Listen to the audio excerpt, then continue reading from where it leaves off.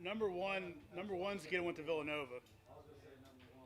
He had a pair of homers against Georgetown. Pretty much won the series for him against Georgetown.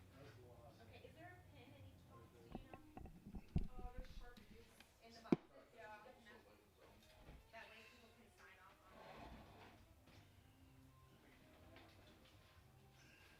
I guess not in all of them. I'll just grab a couple of extra. Okay. He's got a ton of Sharpies in here, so we got 4 boxes. Do you think we need one? Okay. Yeah, probably.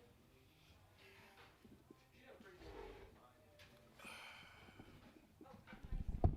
Yeah, thank you.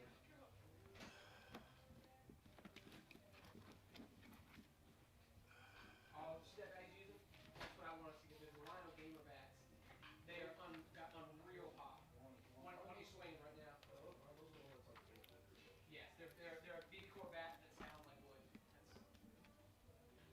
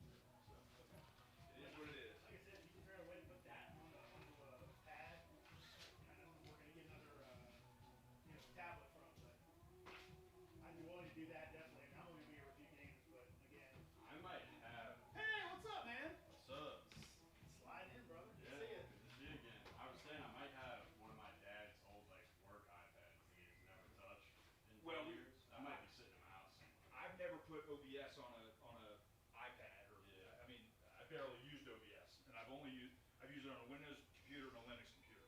So I don't know anything about putting it on an iPad, but you know, we'll probably try it out, but not tonight. Yep. As long as we're on the air. Oh, so how do we take that down when the game starts? How do we go? We just Just in case you're not all around. we have to do is just enter. Okay. Is that any That's it. highlighted or? No, that's it. I mean, that's the preview. That's what's queued up, Okay. and that's what's showing. Okay. Right. So if you just come in here and hit enter, Okay. it'll swap.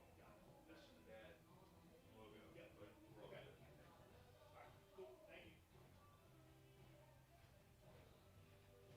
How you been, man? Pretty good, and you? Same old, man. We have two other announcers. I'm just looking at this email. No, those PA guys. Okay. Yeah, that's Kurt responded to that, and then Grant, one of the guys, was here last year. I just sent it to everybody. And My buddy who I talked to, he just couldn't make it tonight because Okay. he's actually, ironically, he's volunteering for a basketball team in person. okay, all So right. he's in town. But Is it Vipers? I get maybe. I didn't ask. Is it adult or is it kids? I want to say it's kids. Okay, all right. Or it could be. Because the Vipers is that semi-pro team that plays over Patrick Actually, Henry. that might be what it is. He Okay, might be all right. interning with them. Okay, all right. All right. And actually, Grant asked, he was like, hey, if you have any time, I was like, I'd love to learn from you. I was like, well, I might not be here that much, but, you know. So, at least this year we got people that seem to want to do it. So, Yeah, I mean, I had one kid walk up to me. But so I talked to Jimmy about that. He Yeah. thought the same thing from me. He's like, yeah, I'd prefer some kid not being like, hey, I can't work tonight. I got to do this shit with Lincoln. I was like, well, no, you need to do this because that's what you're here for. in the night.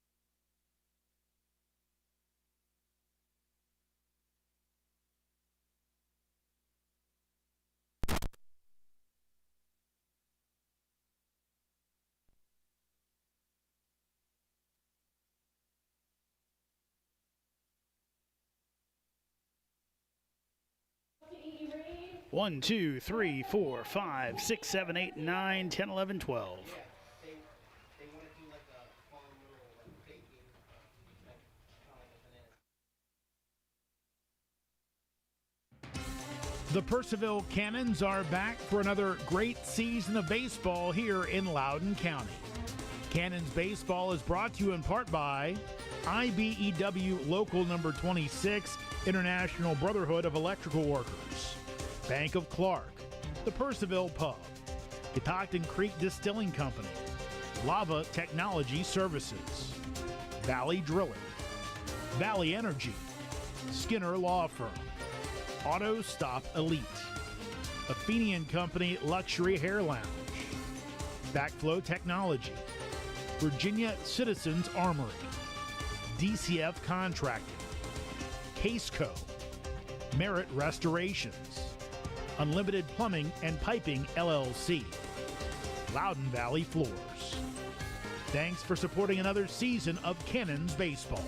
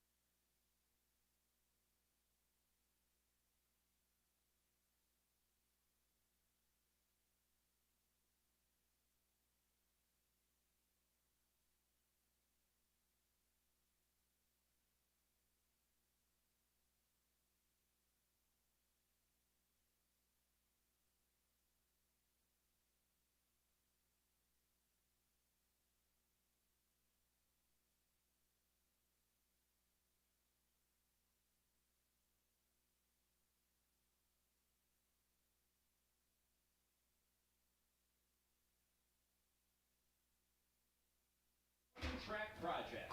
This moment brings CJ full circle as he played on Fireman's Field while in high school. CJ is also a resident of Purcellville. Let's welcome CJ to the mound. CJ, it's your pitch. So, ready to catch the ball.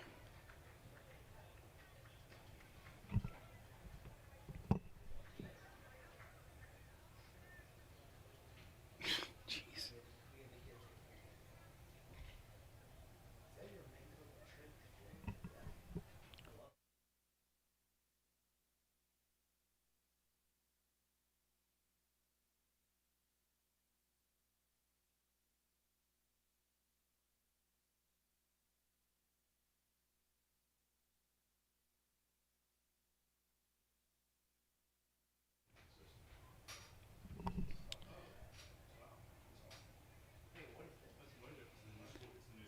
throw.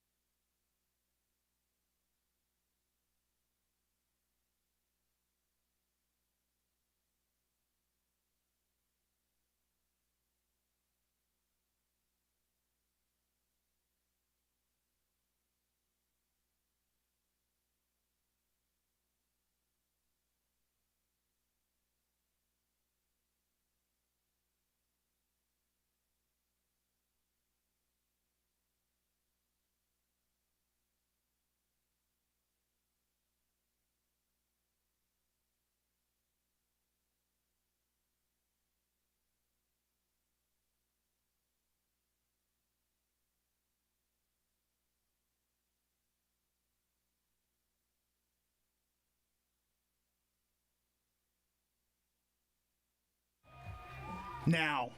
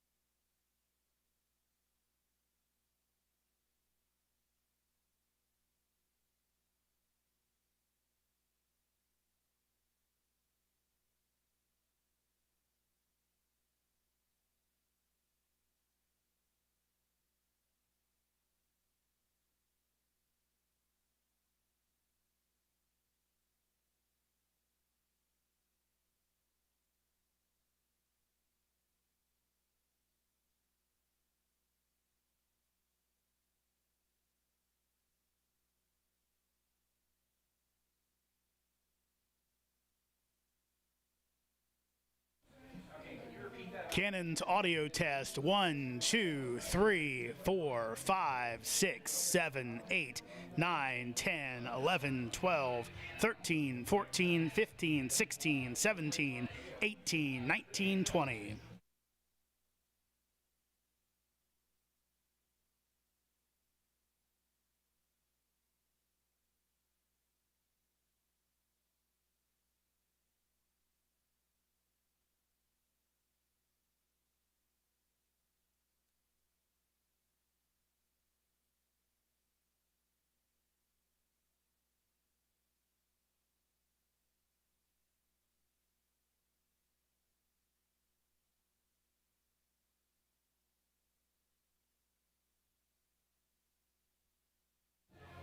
Up.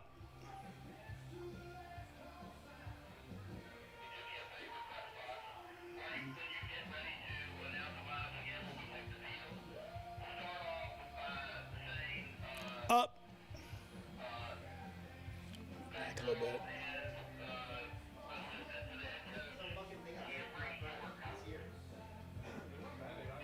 Up. So that girl, assistant to the coach,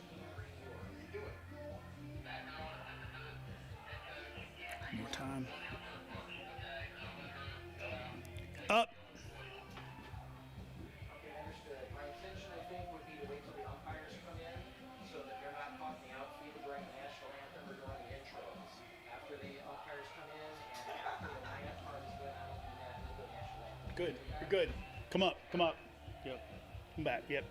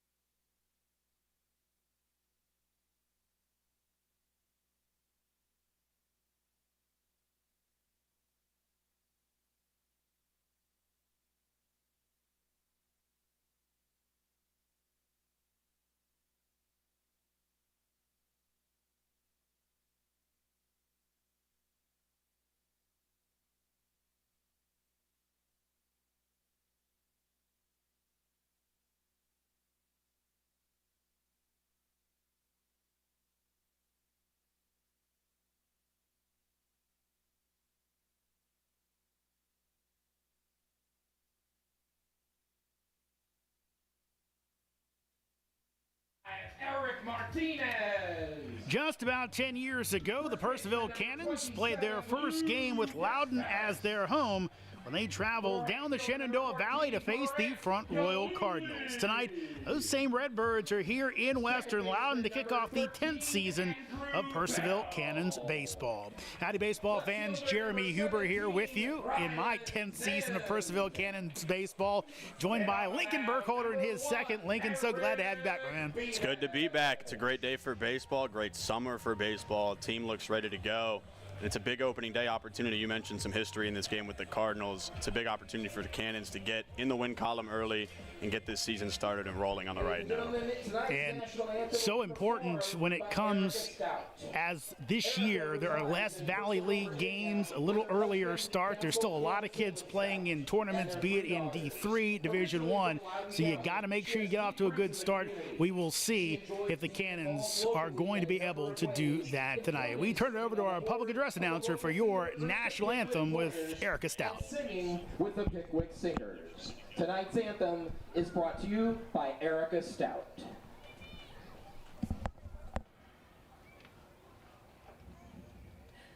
Oh, say, can you see by the dawn's early light what so proudly we hailed at the twilight's last gleaming, whose broad stripes and bright stars through the perilous fight o'er the ramparts we watched were so gallantly streaming, and the rockets red glare, the bombs bursting in air, gave proof through the night that our flag was still there. Oh, say does that star-spangled banner yet wave o'er the land of the free and the home of the brave? What a national anthem by Erica Stout, and what a way to kick off Purcellville Cannons baseball, the 10th season.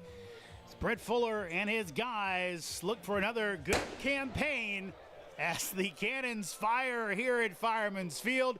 Almost time for baseball with your starting lineups. Here's Lincoln Burkholder. For the visiting Front Royal Cardinals, leading off playing shortstop number 14, Sean Andrade. Number 1, batting second, the center fielder JoJo Montgomery. In the 3-hole, first baseman Sang-Woon Jeon. In the 4-hole, cleaning up for the Cardinals, the third baseman Jackson Kehoe. Behind him in the 5 spot, the second baseman, number 2, Jack Tomas. At catcher and batting 6, number 4, Hedrick Torres. In the 7-hole, Juan J. Cho, the left fielder. In the 8-hole, number 20, Dominic Archila. And in the 9-hole, your designated hitter, number 3, John Copenhaver. For the hometown Cannons here at Fireman's Field on opening day, leading off playing center field, number 24, Seth Williams. In the 2 spot, the shortstop, number 11, Shintaro Inoue. In the 3-hole, the designated hitter, Clint Seymour. Colson Wood is catching and cleaning up. Eric Martinez behind him in the 5 spot playing third. In the 6th spot at first is Lucas Ferris. 7 is Grant Galuli. He's out in right. 8 is the second baseman, Andrew Bell. And rounding out the order for the Cannons, the left fielder, Rylan Zinn. Thank you much, Lincoln. And on the hill for the Cannons tonight will be Merrick Beamish. Beamish, the 6'3", 185-pound sophomore righty out of St. Augustine, Florida. Dyersburg State and North Texas Central College this past year at North Texas Central. 13 appearances, 3 of those starts, 2-1 record, 22 innings pitched, 11.86 ERA, 7 homers allowed, 23 walks, 31 strikeouts for Beamish, a returning Cannon last year for Purcellville. 9 appearances, 2 starts, 2-0 record, 7 ERA, 18 innings pitched, 14 walks, and 19 strikeouts. So almost time to get this one going. So glad to have you along. A full house in the grandstand along the first base line. Good amount of people on the third base line as well. So a lot of folks are excited about the Cannons being back. And it's a heck of a day to get out here and watch some baseball, too. It's been a rough week in Northern Virginia rain-wise, but not today. 76 and sunny out here, light breeze. It's about as perfect baseball weather as you can get, at least in my opinion. Well, your opinion does carry some weight. You're in your second year. If it's still your first year, of course, you're a veteran. You were there in Strasburg the year before that. So, again, glad to have you back. Glad to have the Cannons back. And it is time for baseball as Beamish on the hill. Sean Andrade steps in. And here is our first pitch of the season. It is fouled down the first base line. Count goes to 0-1. Early souvenir for somebody out there. That's half the fun of Cannons games is watching kids chase down those foul balls. They hustle. Got freezy pops tonight. Got warm enough earlier today for a freezy pop. 0-1 pitch. That is going to be on the outside corner for a strike. Beamish early command is both in the zone. Obviously, first one fouled off. That one just watched. A good 0-2 start. Umpires tonight, Anthony Mayer, Rick Swink, and Darren Schuberg.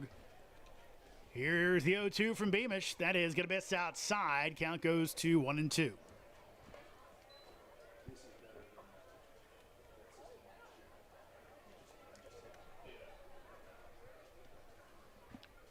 1-2 pitch. That'll be waved at for strike three as Beamish starts off strong with a strikeout on the breaking ball. Yeah, no, that was pretty. Started it off with the 0-2, went breaking ball, low and away. That one in the dirt. This one, same kind of pitch, so it's hard to time up as the hitter, but that one drops right in there. And just not enough time for him to turn on it once he realized. Here comes JoJo Montgomery. As Beamish delivers, Montgomery first pitch swinging, strike one. Montgomery at Villanova goes by JoJo. First name is Joseph.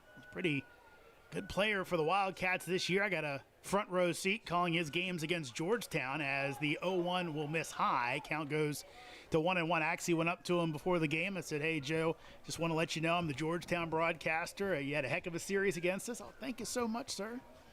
So good to catch up with him as he was dominant that day as he swings and misses for strike two. First thing I'm noticing with Montgomery here is the bat speed. It's flying through the zone. It's not your average swing. If he makes contact, this could go a long way. Had a pair of homers in that series I called Georgetown and Villanova. Here's the 1-2 pitch, and he will swing and miss as Beamish strikes out a second batter here in the top of the first. Yeah, I mean, first start of the year, first pitches of the year for the Cannons, and you couldn't throw a breaking ball much better than he has for the first 6 pitches of this game, 7 pitches now. Here's Sang-Woon Jun, the first baseman tonight for the Cardinals. Here's the pitch, and that'll miss outside for ball one. Be interesting with how much he relied on the slider on those first 2 batters, how he approaches left-handed hitting here. Here's the 1-0. That'll miss inside in the dirt as Wood keeps it from going to the backstop. Jun, out of New Mexico Military Institute, hails from South Korea. Here's the 2-0. That'll be broken bat out toward shortstop. Calling for it is Shin Inouye, who makes the catch for a 1-2-3 inning. Nice start from Eric Beamish and the Cannons. No score for Front Royal. We head to the bottom of the first inning as it's Cardinals nothing. Cannons coming to the plate.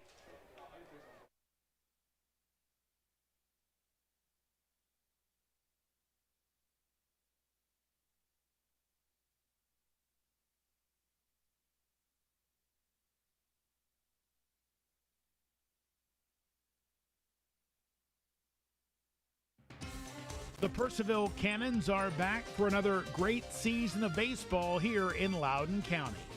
Cannons baseball is brought to you in part by IBEW Local Number 26, International Brotherhood of Electrical Workers, Bank of Clark, the Purcellville Pub, Catoctin Creek Distilling Company, Lava Technology Services, Valley Drilling, Valley Energy, Skinner Law Firm, Auto Stop Elite, Athenian Company Luxury Hair Lounge, Backflow Technology, Virginia Citizens Armory, DCF Contracting, Caseco, Merit Restorations, Unlimited Plumbing and Piping LLC, Loudoun Valley Floors.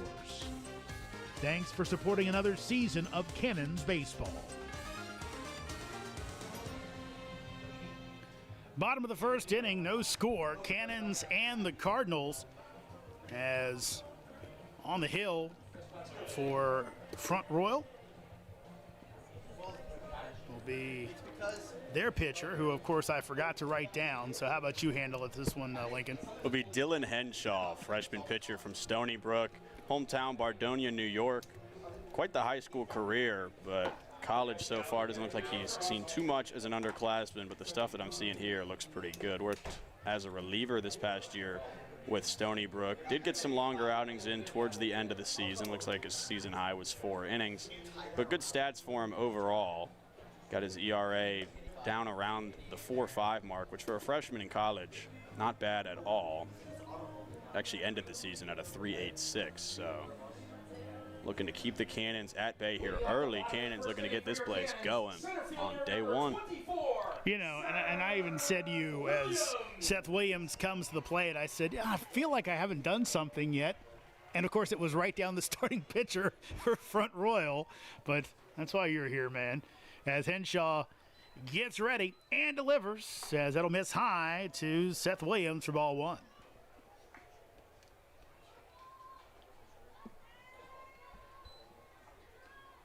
Williams comes from a baseball family. Here's the 1-0 pitch. Big swing and a miss for a strike. Seth from Galveston, Texas. His older brother Nick played 3 seasons with the Phillies. A little cup of coffee with the White Sox as well. Currently playing in the Mexican League. Here's the 1-1. Williams takes outside for a ball. His brother Jonah currently plays baseball and football for Texas. He's an outfielder and a safety for the Longhorns. Pretty similar skill builds there from safety to outfield. Yeah, got to track him down, as that'll be popped out of play. Count goes to 2-2. And actually, here's one for you. I know you're wearing your Phillies hat tonight, so we can bring it all back around. His brother was part of the Cole Hamels trade from the Phillies to the Rangers. Oh. 2-2 pitch. That is going to be low, so Williams works the count full. On deck is Shinaway. Cole Hamill is not a name I've heard in a while, but he was real good.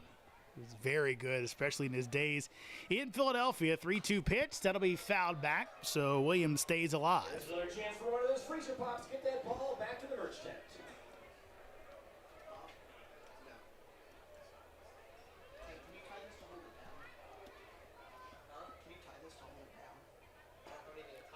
Here comes the 3-2 again, as Williams will take, and that'll be ball 4. So good eye by Seth Williams as he works the walk. Cannons have a base runner on here in the bottom of the first inning. Yeah, it's a sharp take and a full count there. That was real close. Low and in. You're not going to do too much with that pitch. It can get a little tempting here at Fireman's Field with the short right field wall, but likely not going to lift that one even if you do hit it. Speaking of that right field wall, here's Shinaway. And what a season he had 2 years ago. Runner goes, throw down, and Williams is safe. It will get off the glove of Andrade, but backing up is Tomas. So no farther goes Williams, but a runner in scoring position for Shin. Of course, 2 very solid years at Kansas State over the last 2 campaigns.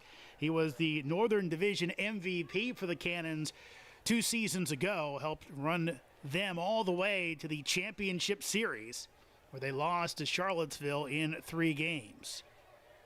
Here's your 1-0, as that'll be up the middle and to the shortstop throw over, and Andrade makes the play as Shin is out 6-3, but moves the runner over to third base. Successful ground ball. Works as a sacrifice for him. Just need a ball in play here. Williams showed the speed on the stolen base. Look for him to get around on anything in the infield or out of it. Here's Clint Seymour out of Lawrenceburg, Tennessee. Well-traveled. headed to Louisiana Tech in the fall, as that'll be fouled off. Already time at Columbia State and Wallace State. I was looking, of course, you know me, I'm Mr. Over Research, and I believe it was the Wallace State uniforms. Look just like the Yankees road uniforms. It's crazy. The Grays? Yeah. Here's the 0-1, as that's going to miss outside. Count goes even at 1. Yeah, just that old, New York with the little bit of white trim on it. Looked just, I'm pretty sure it was Wallace State. It said Wallace across in that block lettering. But here's the 1-1. That'll be foul tipped into the midst of Torres. Count goes 1-2.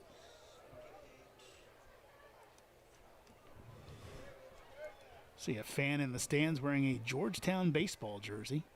That's interesting. Just go up and introduce myself, I guess. Yeah, they might be here for you. I doubt that. 1-2 pitch. That'll be swung on and missed for strike 3. A big strikeout there by Henshaw with the runner at third base and less than 2 outs. So now it's on Colson Wood to try and drive in the run. Yeah, it's not what you're looking for if you're Purcellville here early. You want that run in the first inning.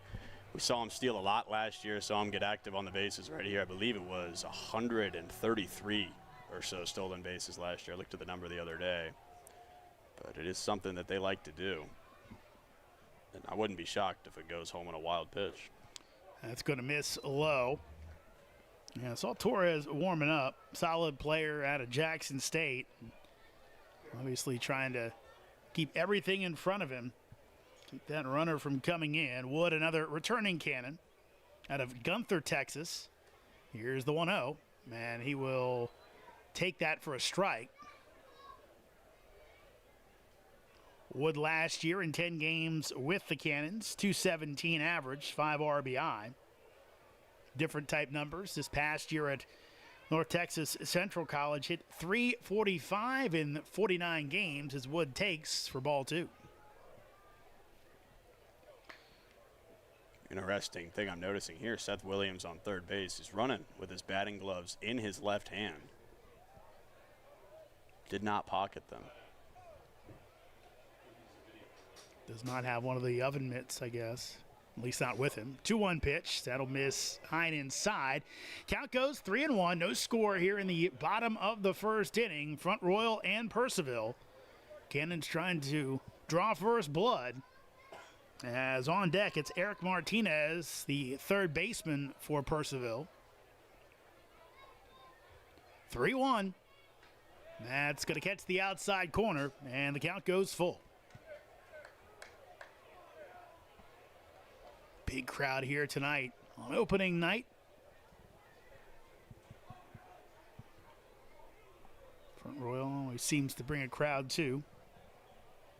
Of course, Winchester always seems to bring the best crowd over the mountain, as that'll be hit the other way and fielded, and stepping on the bag is June for the third out of the inning. So Cannons get a runner to third with less than 2 outs. Can't bring him in.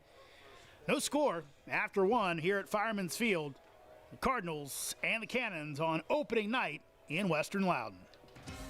The Purcellville Cannons are back for another great season of baseball here in Loudoun County.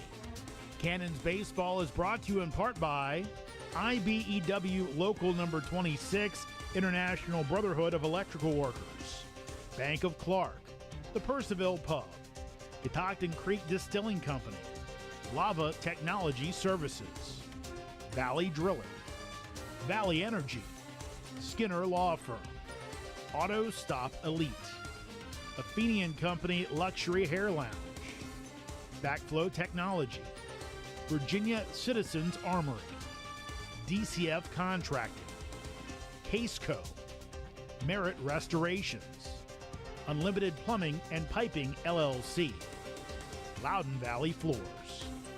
Thanks for supporting another season of Cannons baseball.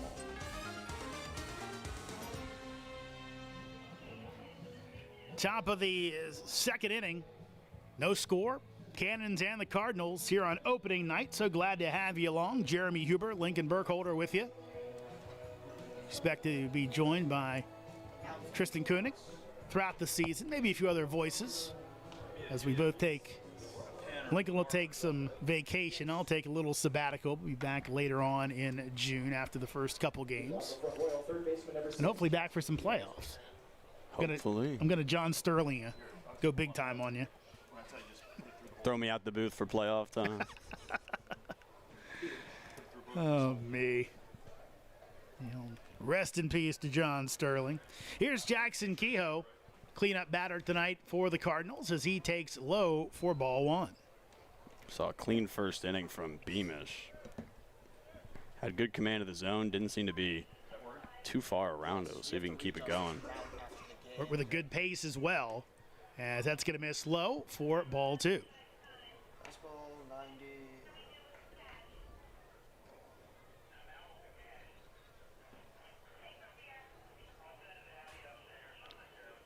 Here's the 2-0 pitch. That'll miss inside, and Beamish, who, talking to the coaching staff last year, had some really lights-out performances and some times where he just couldn't find the plate. Here's the 3-0 pitch, and that'll be swung on and missed as hacking on 3-0 is Kehoe. Yeah, I mean, I'm looking at his college stats, and I can see why. Batted .402 this year for Hartford. .626 slugging percentage. Here comes the 3-1. That's swung on and missed for strike two at a Hartford Community College up in Maryland. Of course, the best of those schools, I think, is Frederick. They went to the World Series this past year, JUCO World Series. Here's the payoff pitch, and that is low. So the first base runner of the night for Front Royal, Jackson Kehoe on base, as Front Royal has the first man on. It's the dreaded leadoff walk. Front Royal worked around it in their defensive half of the first inning, but Purcellville going to have to do the same thing here. Here's Jack Tomas. Tomas out of Gaston Community College. Played in just 2 games this year for Gaston, as that'll miss high for ball one, and took a medical red shirt. Of course, so much as of late, you attending college, me doing college games, you see just the eligibility that never seems to end as that moves outside for ball two. Guys racking up 6, maybe 7 college seasons with the COVID eligibility. I go to Alabama, so we had our fair run-ins during the basketball season with eligibility concerns. 2-0 pitch. That's going to miss inside, and now Beamish, after tearing through the Cardinal lineup to start the game here in the second, 1 pitch away from his second straight walk.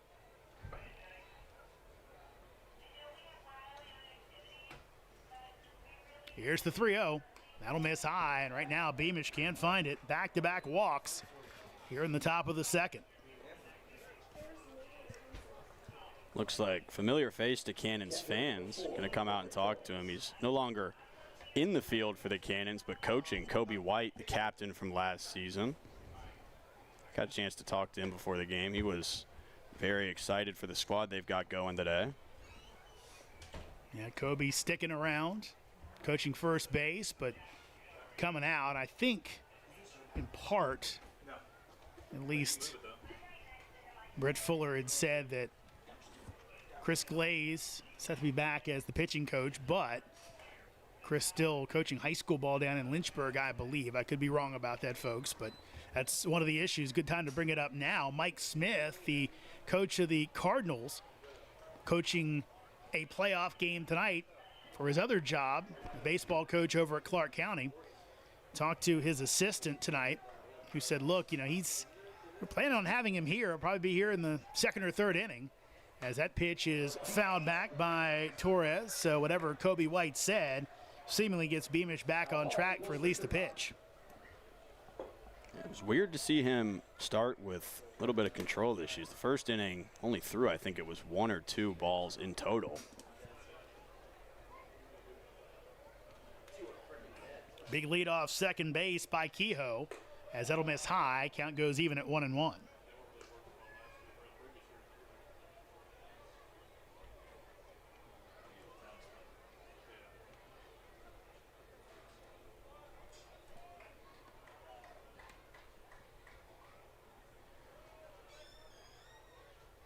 One look back at second base. Beamish comes home, and he'll miss high for ball 2. That's been the theme. These last couple pitches just seem to be getting away high. Wouldn't be surprised to see him go somewhere with a breaking pitch just to try and get it low, try and get it towards the zone. You need a strike here, 2-1. See if he can find it. 2 runners on, nobody out. Here in the top of the second. 2-1. That will catch the outside corner for strike 2.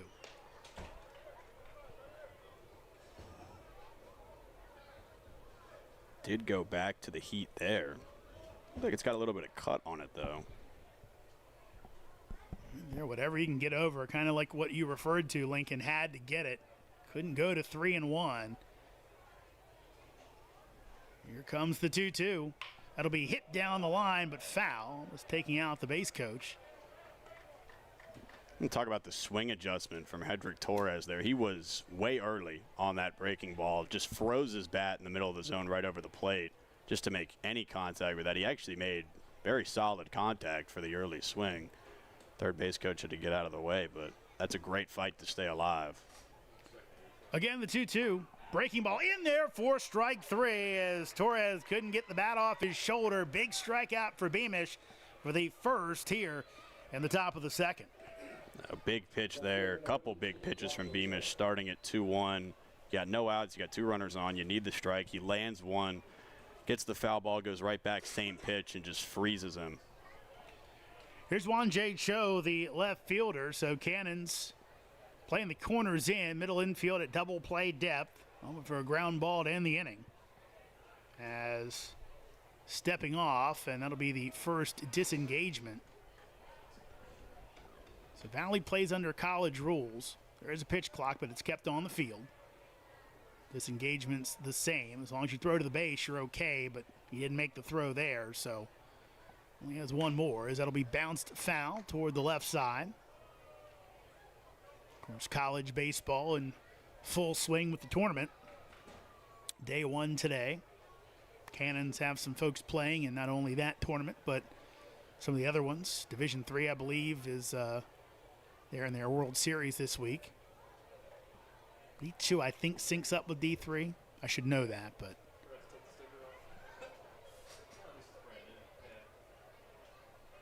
Long hold by Beamish. Here's the 0-1. As that'll be rock past the third baseman out in the left field. Coming on is Zinn. He will drop it, and now both runners coming in, and now Front Royal has 2 men on.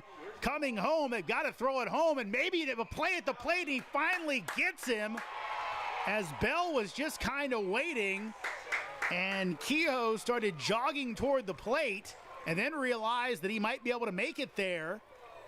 They were trying to get both runners up as smartly Cho goes into second base.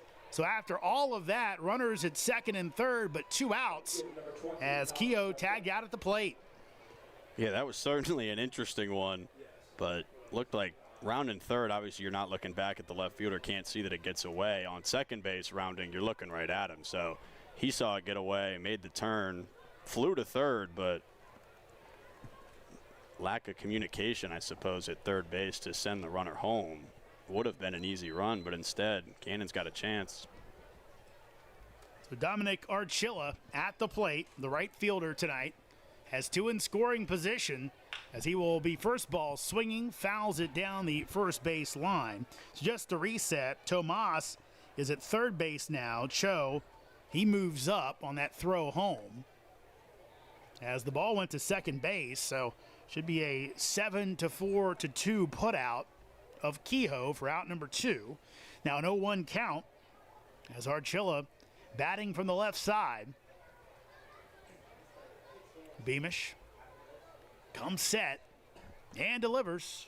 That'll miss way outside, almost a cross-up. You saw Wood kind of put the glove out there and then had to jerk it down as he was expecting it to do one thing. It did something different, but at least kept it from going to the backstop. It's a big stop there. And now, timeout will be called as Beamish and Wood will come together after that cross-up. No pitch comms here in the Valley. See, I find the old-fashioned way better. I find the pitch comm breaks just about every single game. Yeah, you're Especially at the college level. Yeah. Watch enough Alabama games, I feel like our pitch comm goes down pretty regularly. Yeah, and it's crazy because some teams use the pro style with the earpiece. Some just use the kind of iPhone or iWatch style. 1-1 pitch. That misses inside. Count goes 2-1. Definitely see the difference. And, of course, the guys wearing a little communicator in their hat sometimes. You have it on their wrist, but they've got to look down to see the pitch.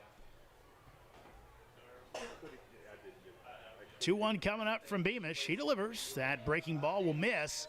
Count goes 3-1. The number 9 hitter, John Copenhaver, is on deck. 2 outs here. You're almost okay with walking. You don't want to leave anything over the heart of the plate with 2 runners in scoring position. First base is open. Beamish delivers. That'll be swung on and missed for strike 2. 3-2 pitch coming up. As Lincoln said, first base is open, so runners will not be off on the pitch. Can Beamish get another strikeout? Would be his 4th of the ball game.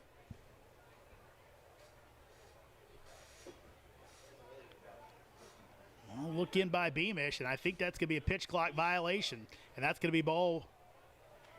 Going to be a warning. Didn't look like a step off. And hands were put to the head. That's interesting. So, and Beamish now steps off as he can't get on the same page with Wood. And now the first base umpire points at the wrist. I think Front Royal trying to figure out why it wasn't a pitch clock violation. And it will be, I think they're trying to send Archilla down to first base. He doesn't seem to want to go. The pitch clock violation? And the umpires can't get on the same page here. And finally, Archilla goes. So it will be a pitch clock violation. And now Brett Fuller comes out.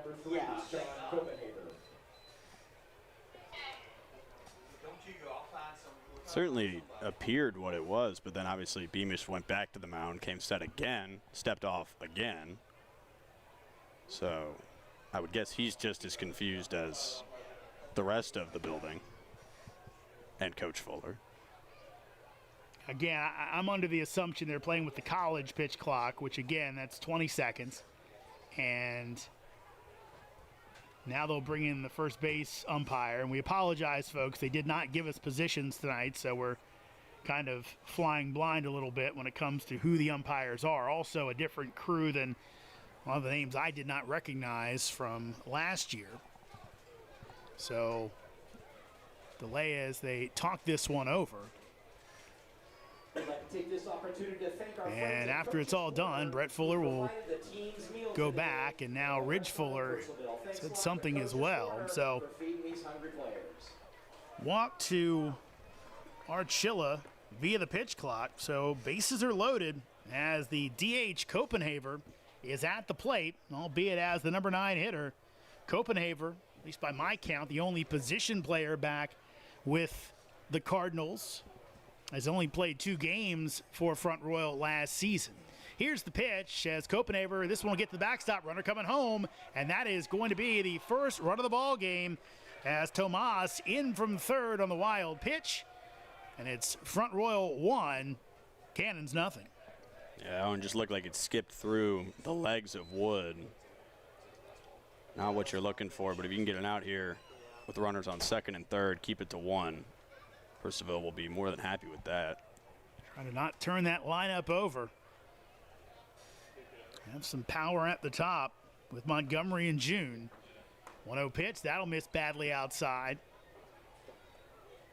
And right now, Purcellville only believe the numbers 21 kids here right now. So numbers are a little light. So You really have to try and get your pitchers to get as much depth as possible. As that catches the outside corner, count goes 2-1. Both coaching staffs talking about that, man, it's just tough. Season starts a little earlier than it used to, so you still have guys playing at the college level. 2-1. That'll be hit foul down the third base line, and count goes 2-2. Leadoff hitter Andrade on deck as Beamish tries to end the inning right here. It's a big spot early in this game. Can Beamish work out of trouble? Here's the pitch as that's fouled back as Copenhaver stays alive. It's a good fight on the breaking ball. We've seen it twice now from these Front Royal hitters kind of slowing down through the zone just to try and make contact with it. Copenhaver there looked like he almost froze his bat in the middle of the zone. You know, it's a heck of a skill. Those guys that can just foul pitches off. You know, spoil a pitch till he gets a mistake. Once that pitcher has to throw 7, 8, 9 pitches in and at bat, always that chance they're going to leave you one you can hit. 2-2. That'll be fouled off. And again, same type of thing. Yeah, same thing there. That one, I'm even more impressed that he found contact with that one. That looked like it was about to bounce on the plate, but just throws his bat down and able to chop it toward his dugout. Get another chance. So Copenhaver working hard with runners at second and third. Beamish delivers. That'll be a swing and a miss for strike 3. The 4th K of the ball game for Merrick Beamish, but Front Royal breaks the ice on the wild pitch that brought in Tomas from third. We played 1.5 here at Fireman's Field. Front Royal 1, Cannons nothing. The Purcellville Cannons are back for another great season of baseball here in Loudoun County. Cannons baseball is brought to you in part by IBEW Local Number 26, International Brotherhood of Electrical Workers, Bank of Clark, the Purcellville Pub, Catoctin Creek Distilling Company, Lava Technology Services, Valley Drilling, Valley Energy, Skinner Law Firm, Auto Stop Elite, Athenian Company Luxury Hair Lounge, Backflow Technology, Virginia Citizens Armory, DCF Contracting, Caseco, Merit Restorations, Unlimited Plumbing and Piping LLC, Loudoun Valley Floors. Thanks for supporting another season of Cannons baseball. Bottom of the second inning, Front Royal with the 1-0 lead on the Cannons. As you have some foreigner in the background. This is one of those funny songs. I don't know why this got in my head, but I think I've told you before. I work at Sirius XM, and I'm good friends with the producer of the Full Ride show. And obviously, she works with Rick Neuheisel, the former college coach turned broadcaster. And Neuheisel, when he was, I guess it was his senior year, played starter for UCLA as a quarterback, and they just ripped a good Illinois team in the Rose Bowl.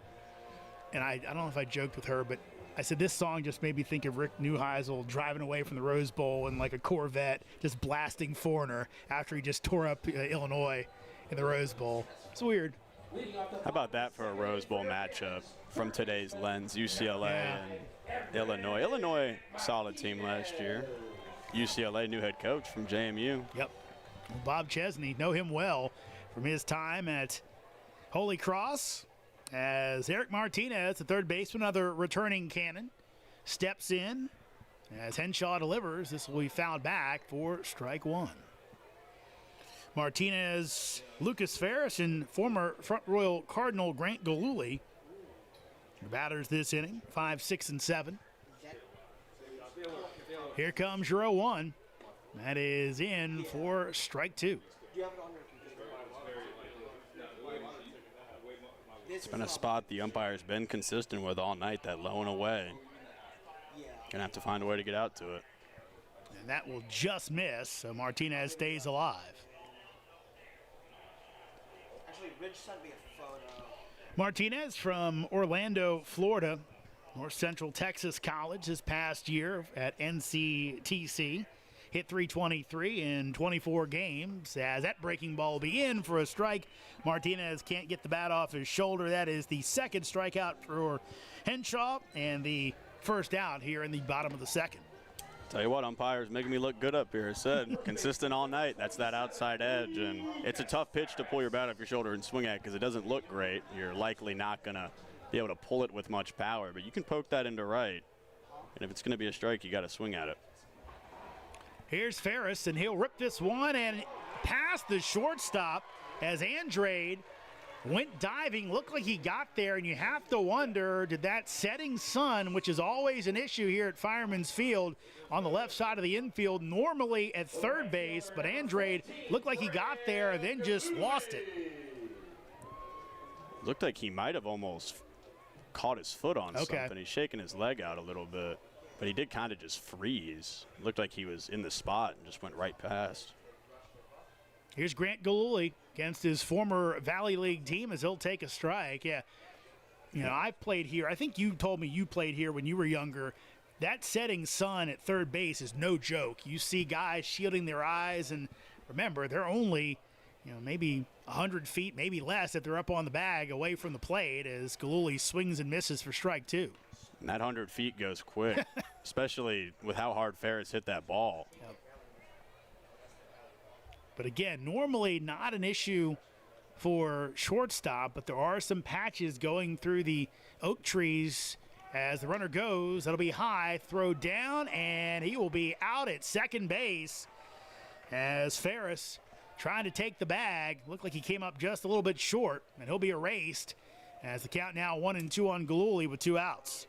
Yeah, good throw down there from Torres, and it's a big big second out, excuse me.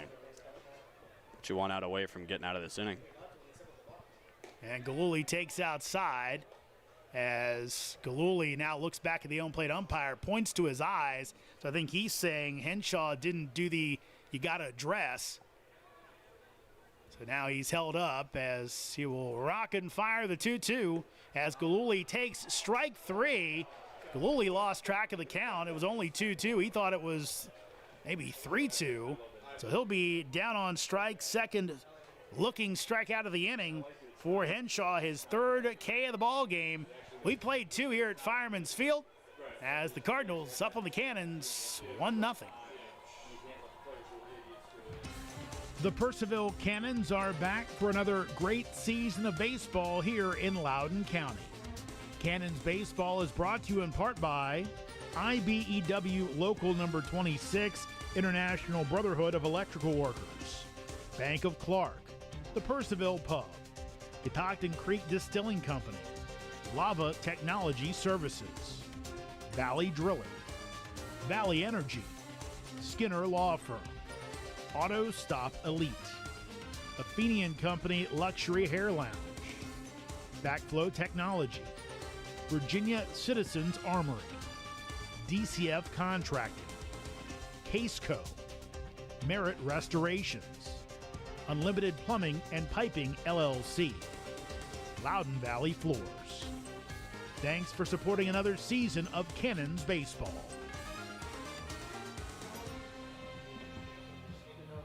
Top of the third as Front Royal with a 1-0 lead on the Cannons. Bringing you your next 2 innings of play-by-play. Here's my partner, Lincoln Burkholder. Thank you, Jeremy. It's Merrick Beamish still on the mound. Had a great first inning, back-to-back Ks, and a weak pop out to short. But a little bit of struggles last inning with the walks. Walked 3, allowed 1 hit, but just 1 run against as Sean Andrade, the leadoff man, steps in for Front Royal. First pitch going to skip in the left batter's box. It's going to be ball number 1. A little Jekyll and Hyde performance early from Beamish. Couldn't have been better in the first. Really rocky in the second. Looking to get back on track. Just the third inning, still early. That one in there, 1-1.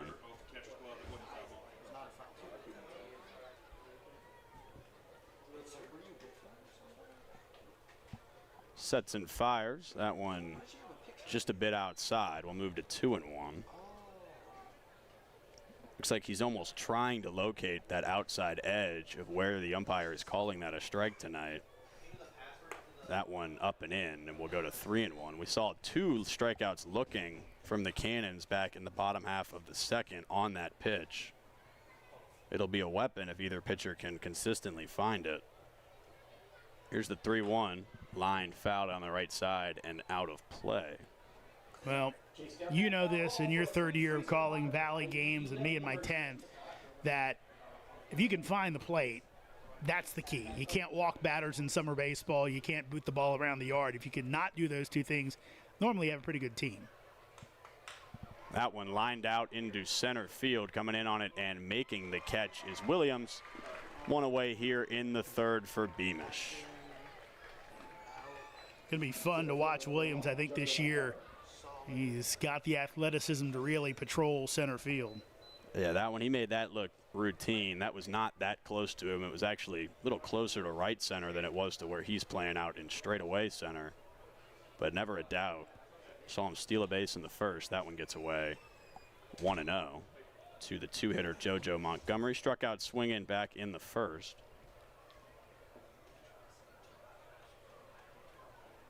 Here's the 1-0. Swung on and missed. We're even at 1. Got a good tidbit about him. You think I should save it for later or give it to you now? No, we'll save it. Okay. Make sure you stay tuned in. That's a tease, folks. Here's the 1-1. That's going to get him on the arm. Montgomery's going to make his way to 1st. He'll shake that one off. But pretty square on the tricep, it looked like. Well, fortunately for JoJo, he's got some big triceps. Kid's built. That one would put me out of commission, but not built like that. So that'll bring in Sang-Woon John. First baseman popped out to short his first time up. He can swing it. And that left field wall, or the right field wall, excuse me, we mentioned the shortness. He's going for second. Throw down from Wood almost gets Beamish. It hits Montgomery at second, but he's safe. Beamish a couple feet away from a really scary moment there. Yeah, I don't know if I've ever seen that at higher levels. I've seen it in younger level baseball where guys get hit on that throw back, but luckily Beamish with some good reflexes. He was squatted down and the ball kind of came about a foot from his face. He turned away at the last second.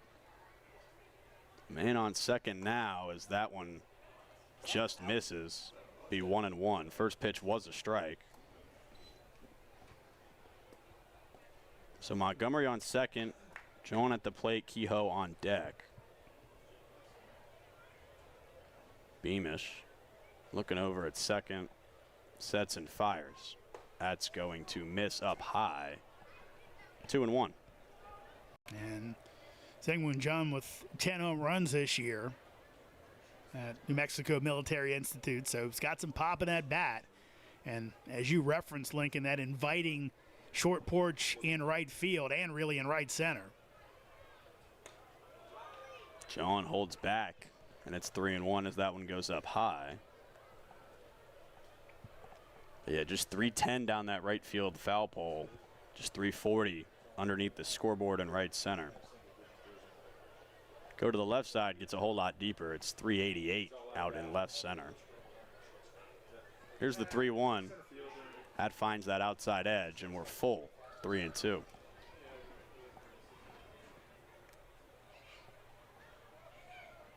See where Beamish goes, 3-2 against the lefty here. He's been going to the breaking ball against righties. See if he goes back foot to the lefty. That's a nice changeup, and it's strike number 3. Swing and a miss from John, and there's 2 outs here in the 3rd. Again, Beamish has really handled this lineup in some ways, but those 2 walks really got him into trouble. But already with 5 strikeouts in the contest. Yeah, 5 strikeouts through 2 2/3. Nothing to scoff at. Just the walks in the second is really the only damage. Just 1 hit against him. That one in there, strike 1. He's had a much better time finding the zone here in the 3rd. It's Jackson Kehoe, the third baseman at the plate. He walked and was thrown out at the plate on that funky play out in left last inning. So that one's low and away, and we're even at 1-1.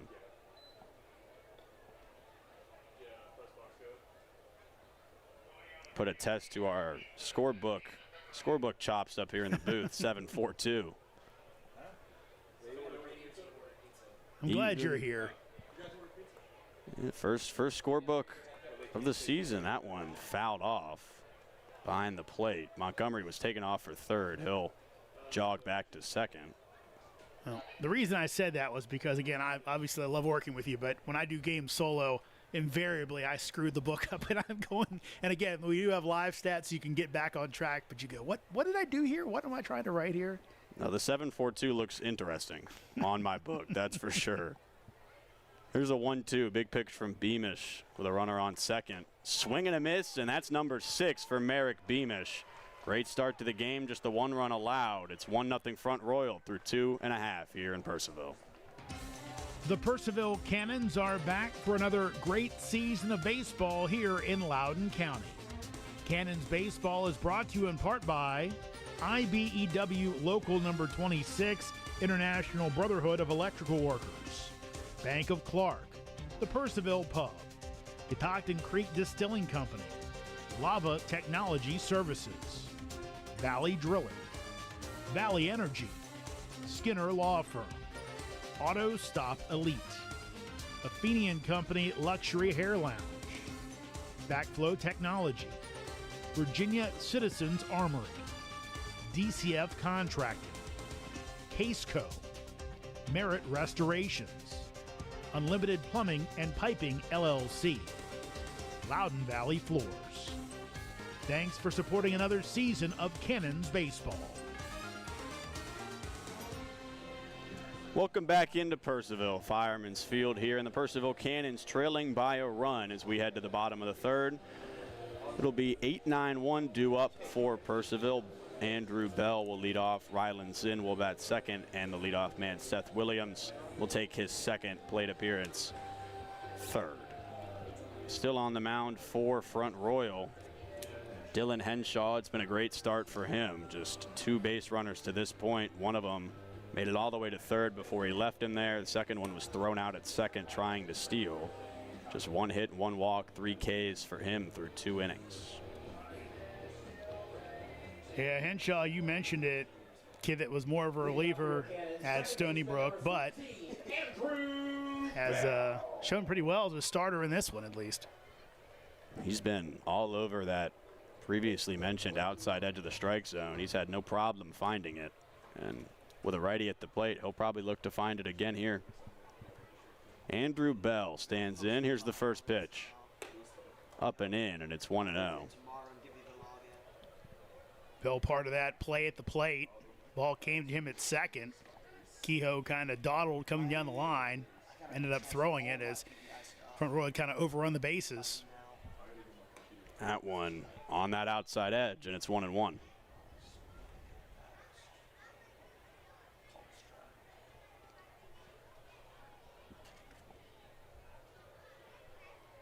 Here's the 1-1. Swung on and missed. A great breaking ball there from Henshaw. And it's 1-2 to Bell here with nobody out in the first. Or the third, excuse me. Your first inning on the mic. My first inning play-by-play. Here's the 1-2. That one going to find the bottom of the zone, and it's strike number 3 looking. The third strikeout looking for Dylan Henshaw on the mound. And there's 1 away here in the third. Yeah, Henshaw is starting to find a bit of a groove. As, like you said, Beamish has looked pretty good, but Henshaw just as good when it comes to the Ks. So that'll bring in Rylan Zinn. First pitch in there, 0-1. Playing left today, batting in the 9 spot.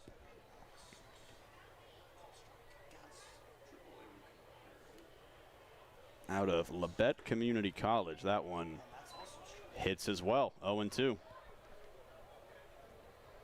It's been a quick start to the inning for Henshaw. It's been an efficient start to the game for him. Just 1 batter over the minimum to this point. That one grounded to second. Picked up and thrown on to first by Jack Tomas, and there's 2 away here in the third. A simple play to second base, but if you're Brett Fuller, you have to like the fact that Zinn made contact. You put the ball in play, good things can happen, and Zinn hit it right at Tomas, but again, didn't go down swinging. or looking, I guess, the bigger, at this point, the bigger issue. Yeah, especially early in the season, you just want to see contact. Anything can happen, especially the way this field is designed. That one looks like it's going to get up the middle. Diving, no. Picks it up, throws around, but safe easily as Seth Williams. It was a good stop at second, backhanded, but just not enough time to get it over. And Williams has the second hit of the game for the Cannons. Yeah, good job by Tomas to get up the middle and get a glove on it. Tried to make that throw, but with Williams' speed, no chance. So right now, in a way at the plate, interesting here that they let Williams run, allowing the Royals to walk in away if they choose. They're going to check on Williams. That was close, but he's in there.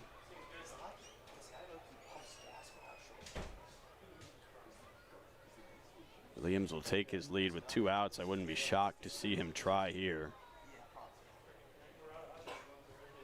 They'll check on him again, and he is safe once again. Only problem there is, like I said, front Royals should know, at least the coaching staff. Mike Smith was in the dugout. He definitely would know what Inouye could do. If they leave first base open, I'm walking him. That one in there, and it's 0-1.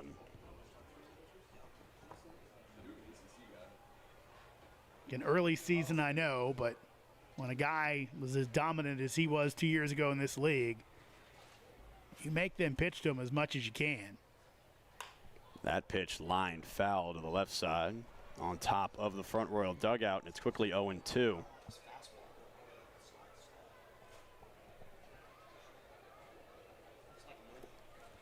We'll see where Henshaw goes with this pitch. He's been around the zone all day, but 0-2. Runner goes, and that's fouled off left side out of play. Took in that foul ball for a free freezer pop at the IBEW merchant. Williams, we saw the speed back in the first. Anything into a gap here would have a chance to score him, especially if he's going on the pitch. 0-2 to Inouye. Swung on and missed. Another strikeout for Henshaw, and that will do it for the first 3 innings here in Purcellville. Front Royal 1, the Cannons 0. We'll be back for the 4th. The Purcellville Cannons are back for another great season of baseball here in Loudoun County. Cannons baseball is brought to you in part by IBEW Local Number 26, International Brotherhood of Electrical Workers, Bank of Clark, the Purcellville Pub, Catoctin Creek Distilling Company, Lava Technology Services, Valley Drilling, Valley Energy, Skinner Law Firm, Auto Stop Elite, Athenian Company Luxury Hair Lounge, Backflow Technology, Virginia Citizens Armory, DCF Contracting, Caseco, Merit Restorations, Unlimited Plumbing and Piping LLC, Loudoun Valley Floors. Thanks for supporting another season of Cannons baseball. Welcome back into Purcellville. I'm Lincoln Burkholder, calling this inning by my lonesome. Still a 1-0 game in favor of the Cardinals, and still Merrick Beamish on the mound for Purcellville. 5, 6, 7 due up for Front Royal: Jack Tomas, Hedrick Torres, and Juan J. Cho. Beamish, dominant first inning. A little bit of struggles with the zone in the second, but he found it once again in the third. He's got 6 strikeouts through just 3 innings. So a great number there. We'll see how long they extend him here in this first game. Always nice to get length out of a pitcher in the Valley League sometimes. Especially after that second inning, you struggle with some walks, get the pitch count up. Sometimes you can get the hook early, but Beamish settled down in the third, and he's back out here for the 4th, looking to keep his team within 1. Second baseman number 2, Jack Tomas. Jack Tomas, the second baseman for Front Royal, will step in. He walked in his first AB, came around to score. He's responsible for the only run so far tonight. That one swung on and missed, and it's 0-1 to start Tomas.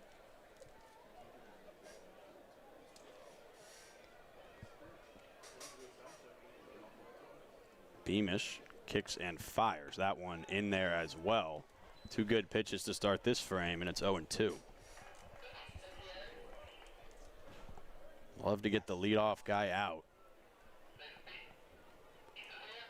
And that one just misses up high. Good pitch. We'll see where Beamish goes 1-2. He's been a fan of the breaking ball in 2 strike counts today, but we have seen him try and blow a heater by guys. That's the breaking ball, and no chase from Tomas. We're even at 2-2. Just 1 hit for Front Royal to this point. It's a base hit from Cho, who's in the hole at the moment. That one fouled off. Remains 2-2.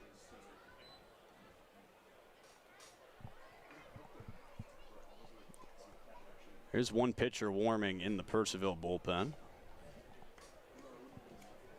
Appears to be nobody in Front Royals. Here's the 2-2 again. That one's on the inside edge. Strikeout number 7 for Merrick Beamish on the mound. This one looking. And there's one away in the top of the 4th. Dash to the pizza tip now. Catcher number 4, Hedrick Torres. That'll bring in the catcher for the Cardinals, Hedrick Torres. Struck out looking in his first AB.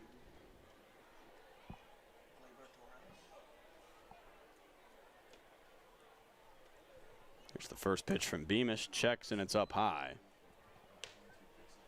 1-0.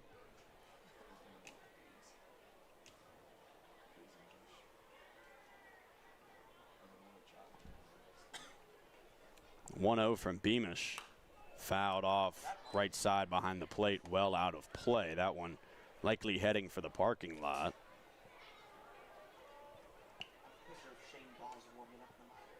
Torres out of Jackson State.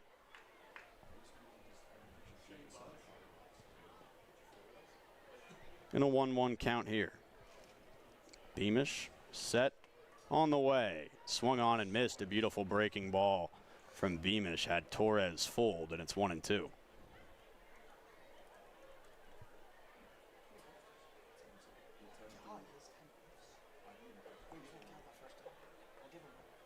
Jackson State this year, Torres. Solid numbers. That one checked at. He did go. No, they're going to say he didn't go. So this throw down to first. They're going to say that he didn't tag him, excuse me. It is a strike and a strikeout on the drop third strike. Number 18, Torres thrown out at first. 2 away in the 4th.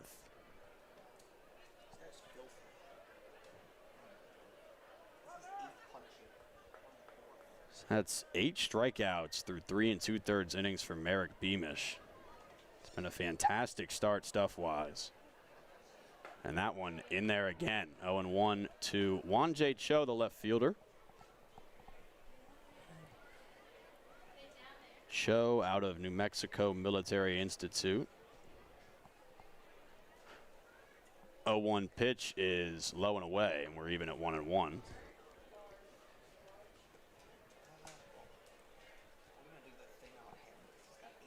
Nobody on and 2 outs here in the 4th. Beamish, the 1-1. Swung on and fouled off behind the plate. And now 1-2. Beamish 1 pitch away from 3 strikeouts here in this inning. And off to an incredible start in his first outing of the year here in Purcellville.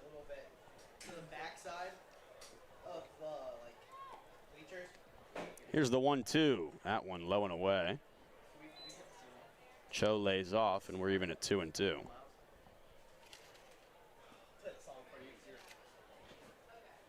Cho, 354 at New Mexico Military Institute this season. That one in there on the outside edge, and it's 1-2-3, all Ks for Merrick Beamish. Make it 9 in 4 innings for the Purcellville starter, and it's still 1-0 Front Royal as we head to the bottom of the 4th. Yeah, I'm good for now. The Purcellville Cannons are back for another great season of baseball here in Loudoun County.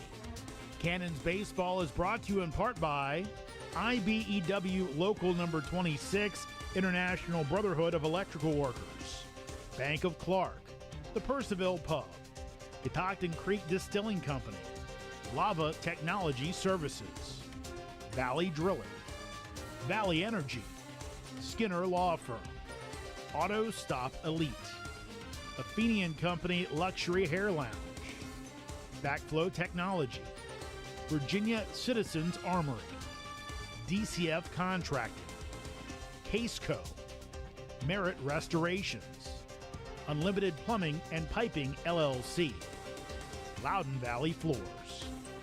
Thanks for supporting another season of Cannons baseball.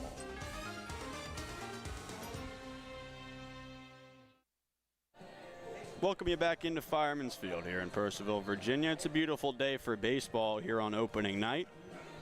Big crowd and a great game so far. 1-0 through 3.5. Cannons will send 3-4-5 to the plate. Clint Seymour, Colson Wood, and Eric Martinez due up. Here's Seymour. Still Dylan Henshaw on the mound for Front Royal. It's been a dominant start for him. Two great pitching performances so far in this one. And he'll look to keep it going. First pitch to Seymour, swung on and missed. A great breaking ball, and it's 0-1.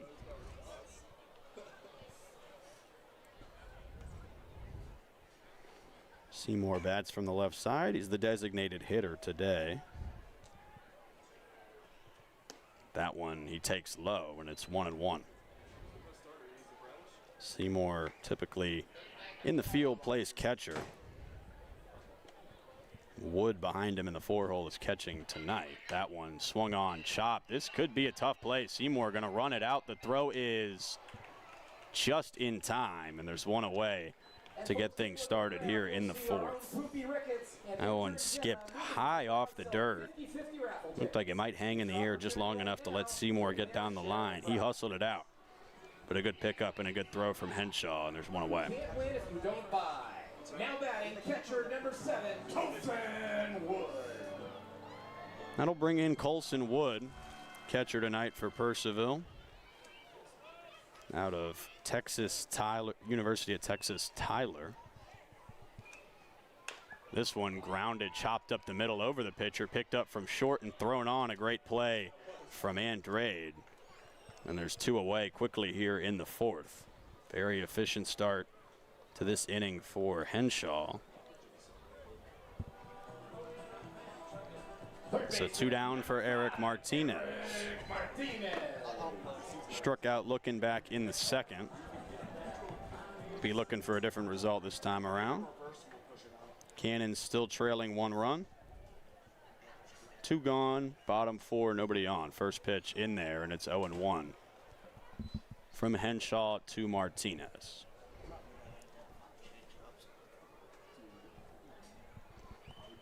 That one in there as well. Quickly 0-2. It's been an efficient and effective inning and outing so far for Dylan Henshaw. And here's an 0-2. Swung on and fouled off. A good fight from Martinez to stay alive. If he can get on, behind him is Lucas Ferris. He's responsible for one of Purcellville's 2 hits so far in this game. And here's the 0-2. That one on that outside edge that he's been hitting all night. Strike 3 to Martinez, and it's another 1-2-3 inning for Dylan Henshaw. 1-0 Front Royal. We're through 4 innings here at Fireman's Field. We'll see you back in Purcellville for the 5th. The Purcellville Cannons are back for another great season of baseball here in Loudoun County. Cannons baseball is brought to you in part by IBEW Local Number 26, International Brotherhood of Electrical Workers, Bank of Clark, the Purcellville Pub, Catoctin Creek Distilling Company, Lava Technology Services, Valley Drilling, Valley Energy, Skinner Law Firm, Auto Stop Elite, Athenian Company Luxury Hair Lounge, Backflow Technology, Virginia Citizens Armory, DCF Contracting, Caseco, Merit Restorations, Unlimited Plumbing and Piping LLC, Loudoun Valley Floors. Thanks for supporting another season of Cannons baseball.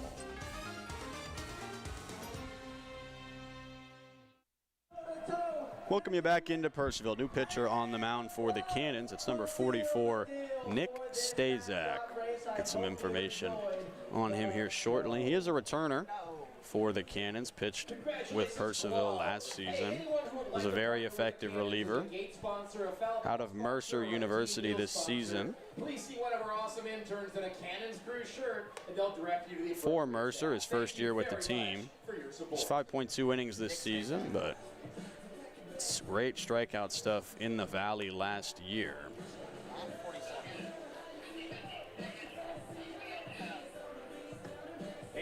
He'll look to continue what Beamish started. Beamish, his night will come to a close. Just one run allowed, 9 strikeouts through his 4 innings of work.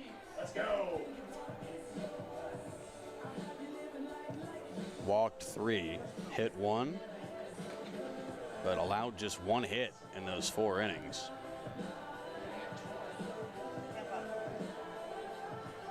As we get underway here in the top of the 5th. Front Royal 1, Purcellville 0. Nick Stazak on the mound to face Dominic Archilla, the right fielder for the Cardinals.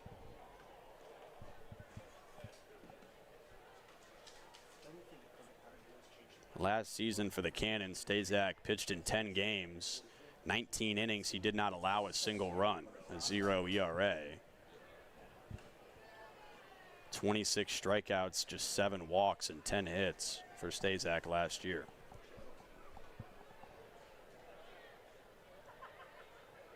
Here's the first pitch, that one up and out, 1-0. Now pitching for your Cannons, number 44, Nick Stazak.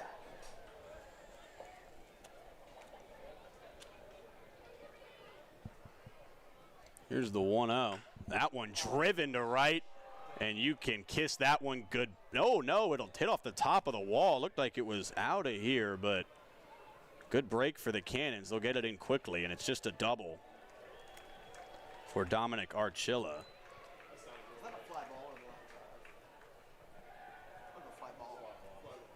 Looked like he was heading for over that fence, but comes up just short, hits the top half of the wall, and a big break for Stazak in his first batter faced here. Runner on second, though, nobody out for the 9-hitter John Copenhaver, the designated hitter.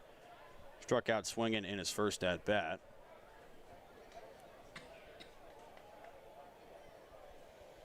First extra base hit of the game for either team.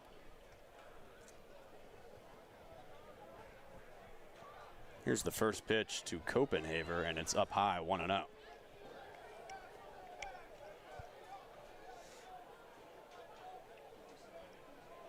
It's a great throwback in, though, from Galuli out and right, showcasing the arm strength.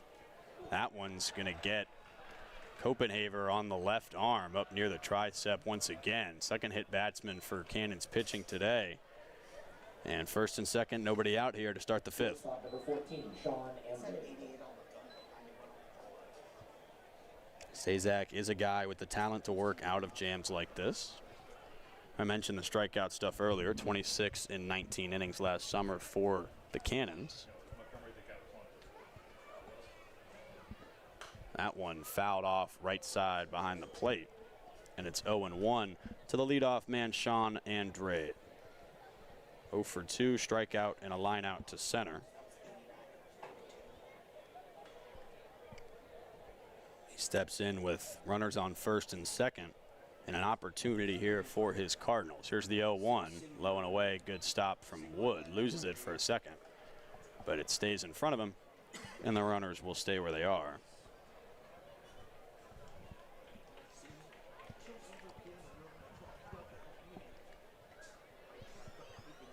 So 1-1 to Andrade.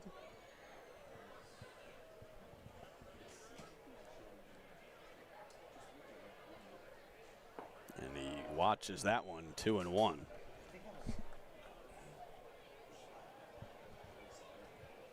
If you're Stazak here, looking for obviously, ideally the double play ball, try and keep it on the ground.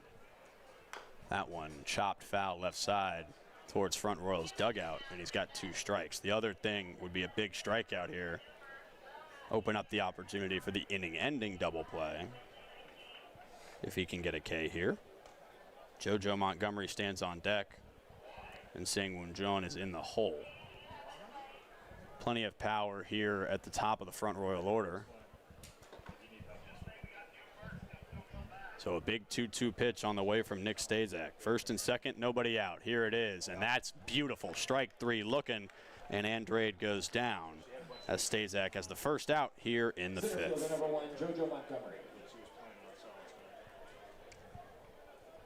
So the 10th strikeout now for Cannons pitching in this game.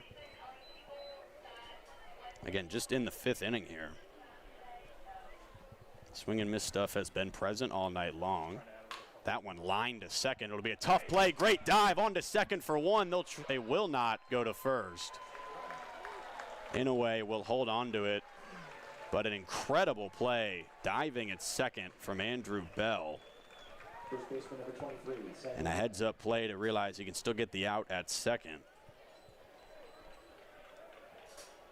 But safe at first on the fielder's choice is Montgomery. 2 away with runners on the corners.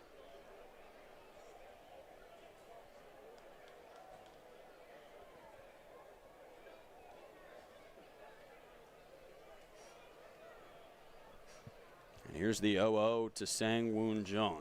That one swung on and missed. Good breaking ball, and it's 0-1. Jeon would love to power one into right. His teammate nearly got one to lead this inning off. Archilla stands on third. Montgomery on first, and an 0-1 count with 2 gone.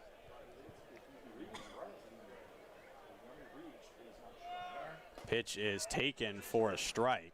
Wood will hold on to it, let the runner take second. No harm in that.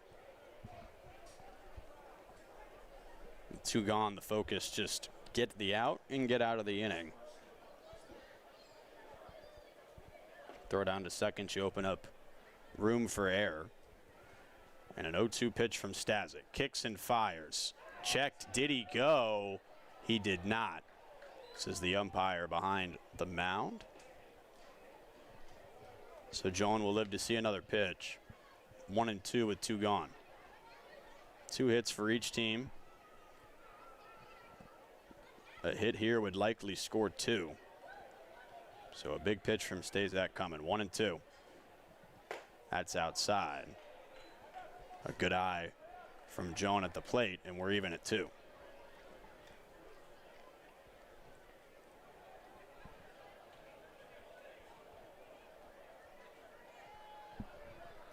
Stazak waits for the call. Comes set. Kicks and deals. Swung on and missed. It gets away. Actually, it looks like he fouled it off, says home plate umpire. Couldn't hear it up here in the booth, but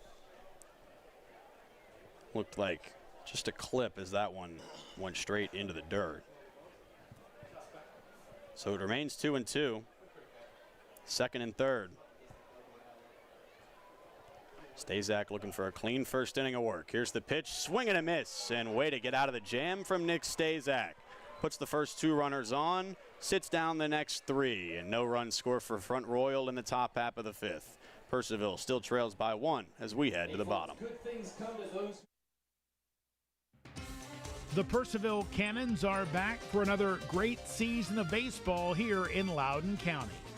Cannons Baseball is brought to you in part by IBEW Local Number 26, International Brotherhood of Electrical Workers, Bank of Clark, the Purcellville Pub, Catoctin Creek Distilling Company, Lava Technology Services, Valley Drilling, Valley Energy, Skinner Law Firm, Auto Stop Elite, Athenian Company Luxury Hair Lounge, Backflow Technology, Virginia Citizens Armory, DCF Contracting, Caseco, Merit Restorations, Unlimited Plumbing and Piping LLC, Loudoun Valley Floors.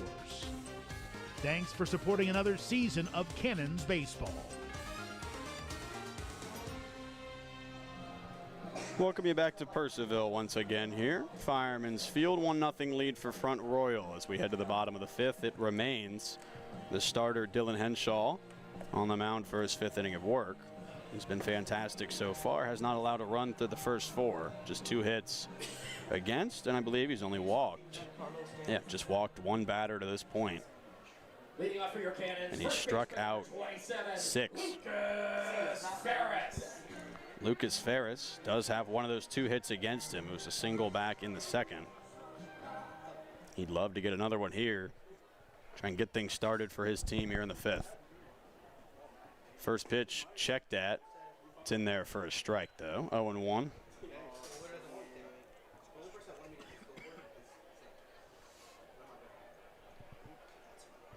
Henshaw delivers. And that one, another good breaking ball in there for strike 2. Quickly 0-2. I did. Singh said he was doing it, but was not. And that is on that outside edge. A fantastic start to the inning from Henshaw. 1, 2, 3 pitches, 1, 2, 3 strikes, and there's 1 down here in the 5th.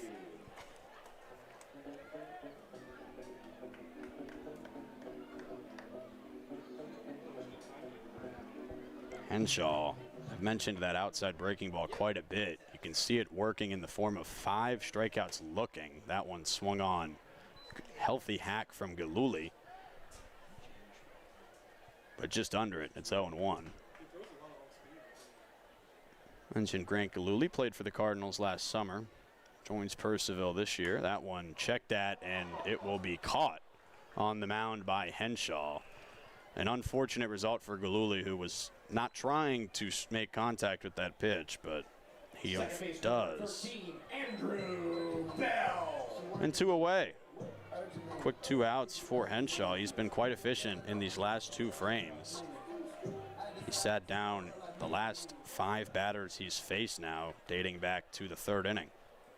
Last 6, excuse me. And that one swung on and missed. 0-1. Picture of efficiency this inning. Has not thrown a ball yet.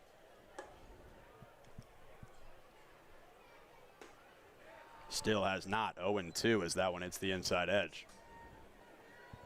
It's Andrew Bell at the plate. He struck out looking back in the 3rd in his first AB.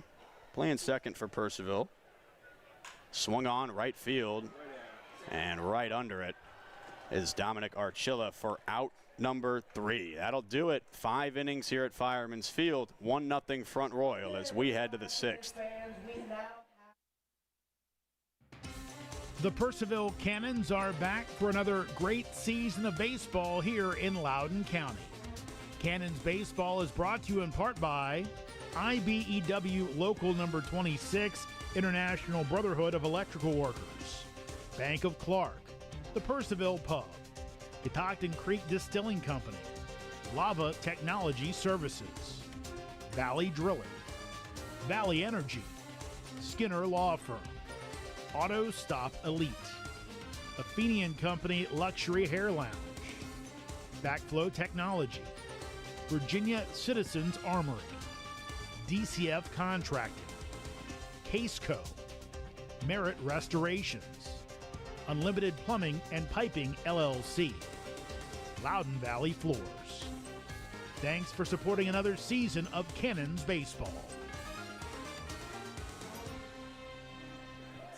Welcome back to Fireman's Field here in Purcellville, Virginia.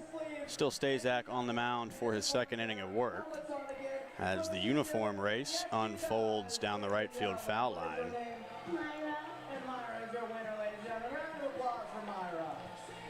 It's been a good start for Cannons pitching.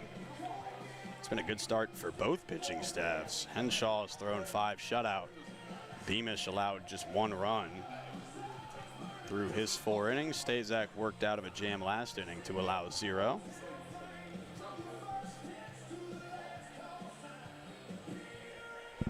He gets set to face 4, 5, 6 in the Front Royal order. It's Jackson Kehoe, Jack Tomas, and Hedrick Torres due up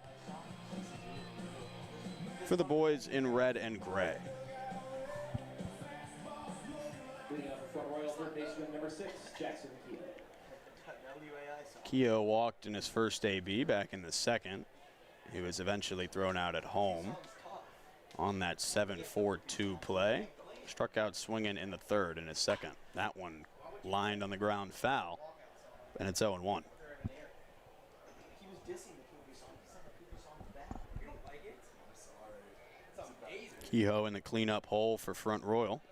Looks like we'll pick up new baseball here for Stazak on the mound.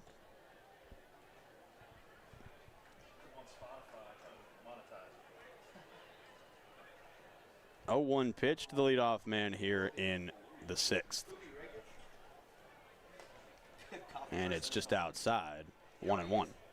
You copyright? No. When you do stuff like that, you own the rights. As I mentioned, Tomas on deck. And Torres in the hole. Near the heart of the order here for Front Royal. That one up high, and it's 2-1. Both teams looking to get their bats going.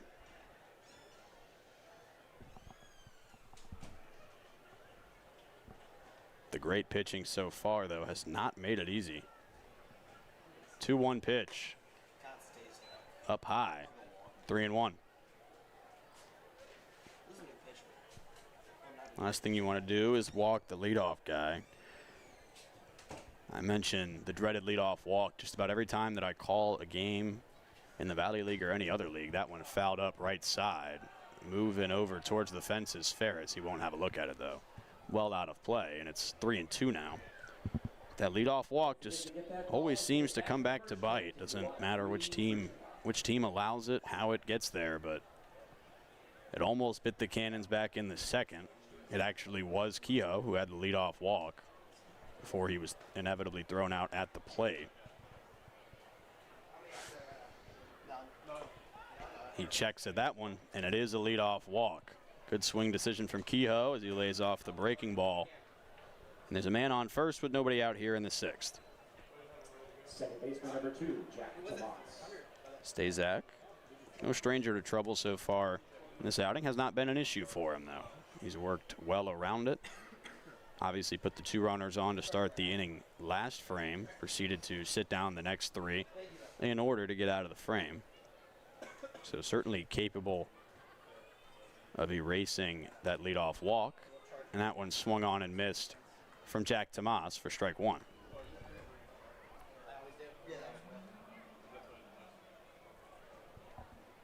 Cardinals have been good against that high heat as far as laying it off goes.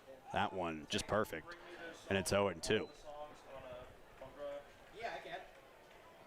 And high heat is a tough pitch to lay off, so when your team is consistently able to see it, consistently able to let it go, it is going to force that fastball down towards the zone where it becomes more hittable. That is not hittable, just a nasty pitch from Nick Stazak. And it's 3 pitches and 3 strikes to Tomas for out number 1 here in the 6th. Catcher number 4, Torres. So a quick bounce back from the leadoff walk. Here comes Hedrick Torres, the catcher for Front Royal. He's got 2 Ks on the day, 1 looking, 1 swinging. Stazak would love to make that 3 right here. This one popped up foul, out of play. Towards the grandstands, which are packed full of Cannons fans tonight. I don't see an empty seat in the house over there on the right side. Cardinals brought a great crowd as well, as it's near full on the left side. That one in the dirt, fantastic block from Colson Wood behind the plate as he holds the runner over at first.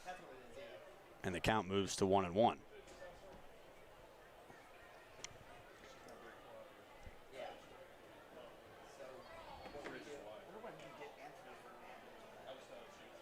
Stazak will pick up a new baseball. And will retake the mound. Back into the box goes Torres. 1-1 count, 1 out, man on first. Top of the 6th. That one fouled off right side again. That one heading for the Little League field to the right of Fireman's Field here. It's a travel baseball game, it appeared, going on earlier when I rolled in.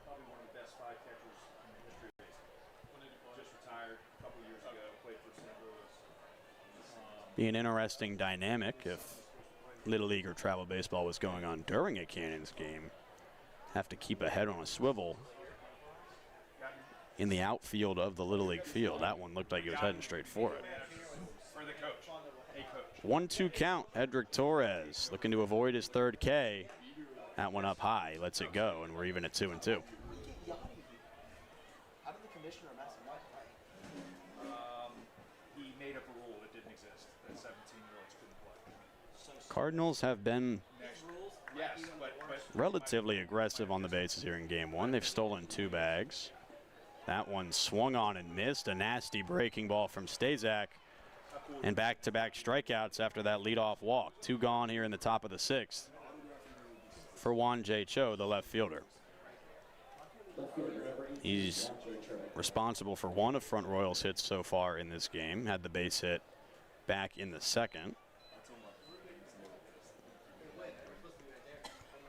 He would eventually be stranded on 3rd as a Beamish strikeout ended that threat. The 1 run they got that inning, still the only run on the board for either team. Here's the pitch from Stazak, swung on and missed, and it's 0-1 to start Cho.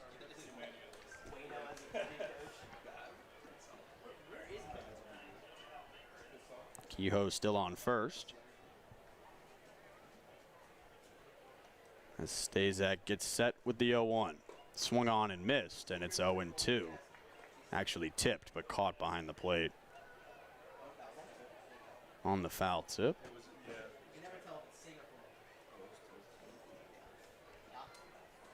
So now 0-2 to Juan J. Cho. This could be a big 3 outs from Stazak after the leadoff walk.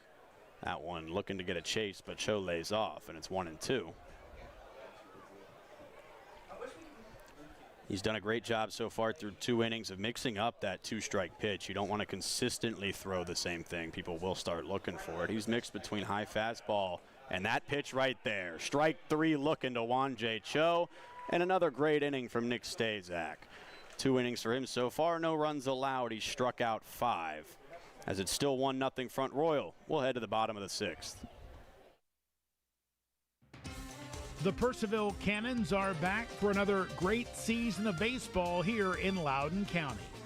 Cannons Baseball is brought to you in part by IBEW Local Number 26, International Brotherhood of Electrical Workers, Bank of Clark, the Purcellville Pub, Catoctin Creek Distilling Company, Lava Technology Services, Valley Drilling, Valley Energy, Skinner Law Firm, Auto Stop Elite, Athenian Company Luxury Hair Lounge, Backflow Technology, Virginia Citizens Armory, DCF Contracting, Caseco, Merit Restorations, Unlimited Plumbing and Piping LLC, Loudoun Valley Floors.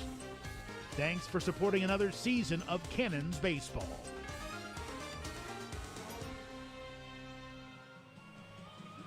Welcome you back into Purcellville. New pitcher on the mound for Front Royal. He replaces Dylan Henshaw.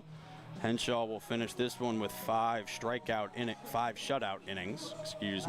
So a great performance on opening night for his team. Into the game now, it's number 10, Cade Ginder out of Columbus State University. Find some numbers for you on Ginder.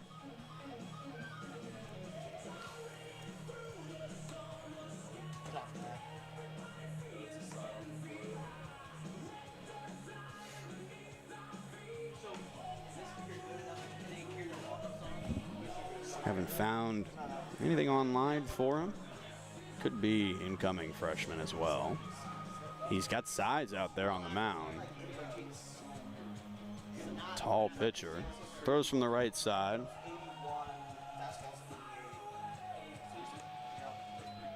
High leg kick and a low submarine almost, but more sidearm than submarine arm slide. Just a real low one. It'll be an interesting look for Purcellville. He's set to face Zinn, Williams, and Inouye in that order here in the bottom of the 6th. Purcellville trails by 1. Weren't able to get anything going against the starter Henshaw. They'd love to get something going now against the reliever Ginder. 86 of the Cans, left fielder, number 17, Rylan Zinn.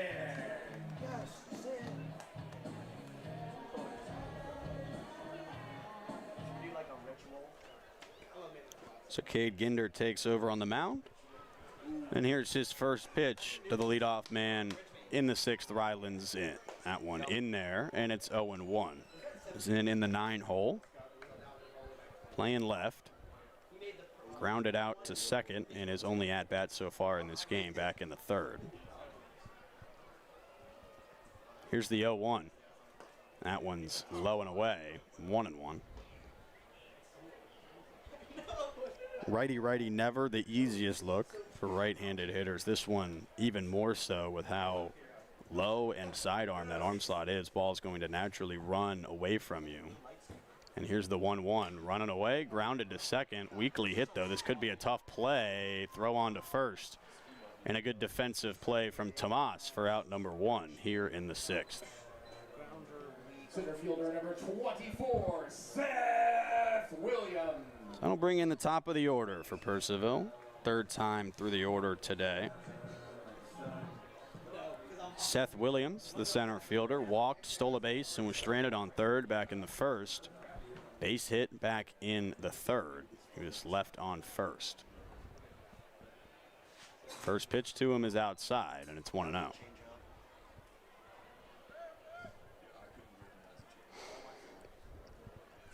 Williams was Purcellville's last hit, most recent hit, back in the 3rd, and he'd love to get another one here. He checks, but he did not go, and it hit him.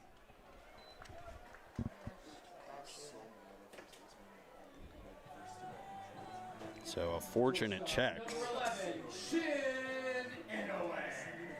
For those at home who may be unfamiliar, if you swing at a pitch that hits you, it is still a strike. But able to hold that one back, and he wears the breaking ball. He's reached base all 3 times so far today. Good start to the season for Williams. We'll see if they get him in motion with Shin Inoue at the plate. They'll check on him. He bit for second, but able to quickly get back. So they've now checked on Seth Williams specifically 3 times in this game now, since that stolen base back in the 1st. Cannons would love to get him in motion, down a run with 1 out. That one outside, and it's 1-0 to Inoue, the shortstop for Purcellville tonight. Ground out to short and a strikeout in his 2 plate appearances so far this evening. Ginder comes set on the mound, and the 1-0 is on the way. Williams taking off. Here's the throw down, and it is just in time. Another beautiful throw from Hedrick Torres behind the plate. Pitch was called a ball, but that's 2 gone as Williams is thrown out trying to take second. It's been a great defensive debut for Hedrick Torres this season. He's 2 for 3 throwing down to second.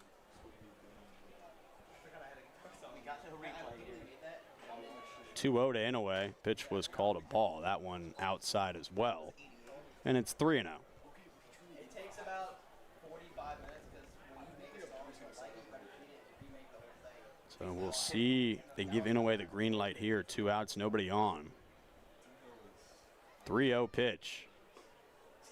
Low. And Inoue will take first base on just 4 pitches.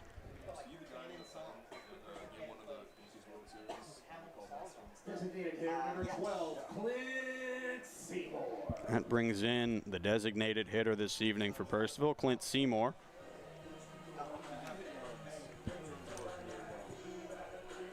Grounded to the pitcher his last time up. Struck out swinging back in the 1st. Seymour out of Louisiana Tech University, just committed there. That one gets away from Torres behind the plate. Inoue will jog to second on the wild pitch.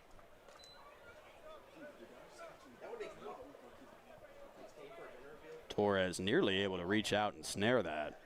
Pitch just got away inside. So now a man in scoring position and a big spot for Clint Seymour at the plate. It's a one-run game. Front Royal on top. 1-0 count.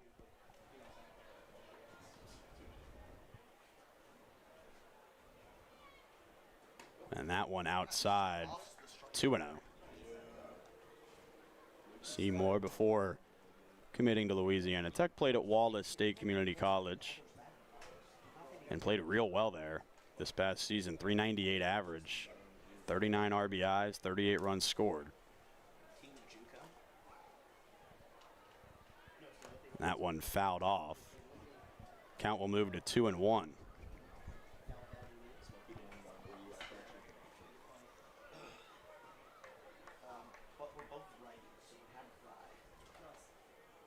Was 9th in his conference in hits last season with 70. 51 in conference play. That was 6th. That one fouled off behind the plate, and it's 2-2. So a pair of foul balls evens the count. And some big pitches coming up from Cade Hinder.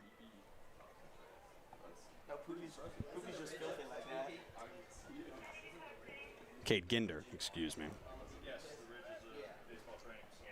He gets set on the mound. Runner takes his lead. Here's the 2-2. That one low and in. And now full to Seymour at the plate. You've got Colson Wood, the catcher, on deck. And the tying run on second in the form of Shintaro Inoue. 3-2 count. Payoff pitch on the way. Swung on, fouled off. Out of play on the left side. As the kids take off for the souvenir. That one might be hard to find. He hit that thing pretty well foul. But when there's a free icy pop on the line, I know as a kid I certainly would have spent every bit of energy I had trying to find a baseball to get a free ice pop. 3-2 pitch, runner in motion. That one lined foul. Hits a pole and bounces back into the field of play. So we'll get another payoff pitch.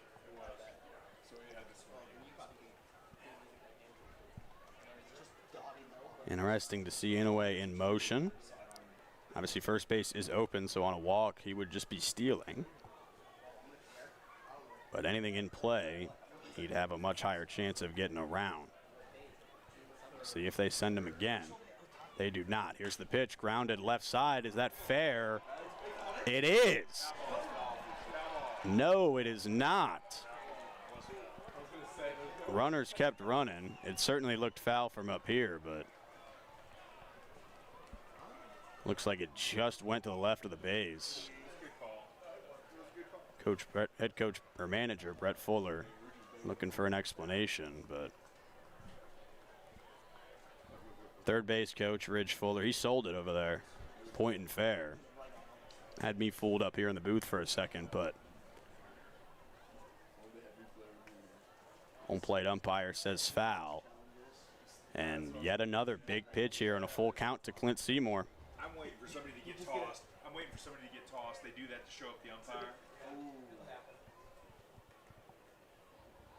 be surprised if it hadn't happened in college. Just bring back Ski Kono. And that one gets inside, nearly hits Seymour. And based on Inoue walking back to second, I'm going to say it actually did clip Clint Seymour. Catcher number 7, Colson Wood. So second hit by pitch of the inning for Ginder. He hit Seth Williams with one out. They caught Williams stealing second for the second out. Now a walk and a hit by pitch to Inoue and Seymour, and there's first and second with 2 gone for Colson Wood. Yeah, obviously you like this matchup a little more if you're front royal righty-righty as opposed to righty-lefty. That one gets well behind Wood, though, and both runners will advance with no throw. So a wild pitch from Ginder will move Seymour to second and Inouye to third. So now 2 runners in scoring position. We'd like to thank some of our sponsors for the This Front Royal will hold a meeting on the mound. Try and give Ginder a little bit of time to reset here. He's struggled to find the zone a little Backflow Technology, the Bank of Clark, in the second half of this 6th inning. Caseco, Catoctin Creek Distilling Company. Now, of course, the last thing you want to do while trying to find the zone is unintentionally leave one over the heart of the plate. Local 26, Lava Technical Wood will be ready to swing with Valley Floor, 2 runners in scoring position. the Skinner Law Firm, the Purcellville Pub, Ridge Performance and Training. Meeting still underway on the mound. Valley Drilling. There is somebody warming in Front Royal's bullpen. Thank you very much for your We'll see what they decide to do here, and they will not stick with Ginder. The ball is in coach's hands, and so we will get a pitching change here from Front Royal in the top of the 6th. Second and third, 2 outs, or in the bottom of the 6th. Second and third, 2 outs. It's Colson Wood at the plate in a 1-0 count, and we'll tell you about the new pitcher when we get back. The Purcellville Cannons are back for another great season of baseball here in Loudoun County. Cannons Baseball is brought to you in part by IBEW Local Number 26, International Brotherhood of Electrical Workers, Bank of Clark, the Purcellville Pub, Catoctin Creek Distilling Company, Lava Technology Services, Valley Drilling, Valley Energy, Skinner Law Firm, Auto Stop Elite, Athenian Company Luxury Hair Lounge, Backflow Technology, Virginia Citizens Armory, DCF Contracting, Caseco, Merit Restorations, Unlimited Plumbing and Piping LLC, Loudoun Valley Floors. Thanks for supporting another season of Cannons Baseball.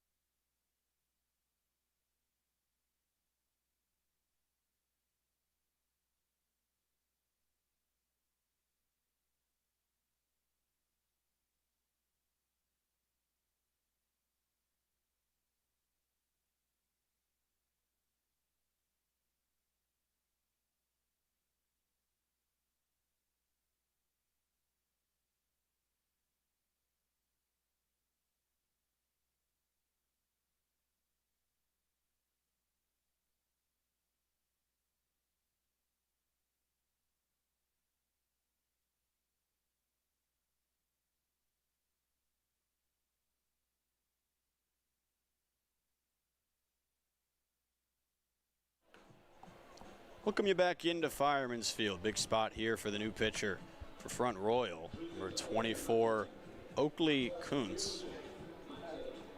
Out of, pardon me if I mispronounce the college name, but Kaskaskia Community College.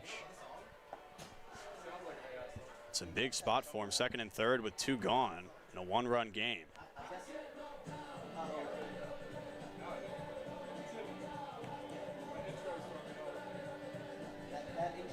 And a big spot for the man at the plate, Colson Wood. Make a difference here on opening night.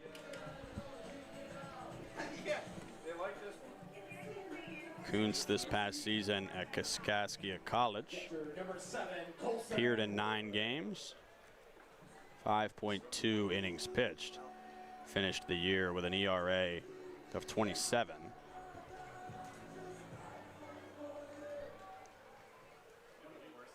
Did average 7.9 Ks per 9, but had a little bit of walk trouble. 16 walks to 5 strikeouts this past season. And the first pitch in there for a strike, so no problem to start this batter, and it's 1-1. Obviously just 1 pitch from Kuntz so far, but going back to first pitch of this AB, which came from the previous pitcher, Ginder. was a ball. So 1-1 checked. He didn't go. And it's 2-1 as that one lands low.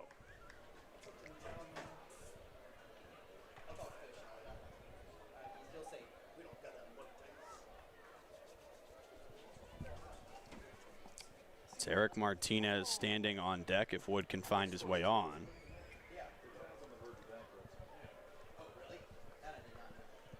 Kuntz a towering presence on the mound. That one drops in there and it's 2-2. And when I say towering, I mean it. 6'8", 220, according to his college page. Out of Columbus, Georgia. Was just a freshman this past season. Here's the 2-2. Swung on and missed. Wood will run it out on the drop third strike. The throw will be on time and on target. And a big strikeout to get out of the jam from Oakley Kuntz. It remains Front Royal 1, Purcellville 0 as we head to the 7th inning here at Fireman's Field. The Purcellville Cannons are back for another great season of baseball here in Loudoun County.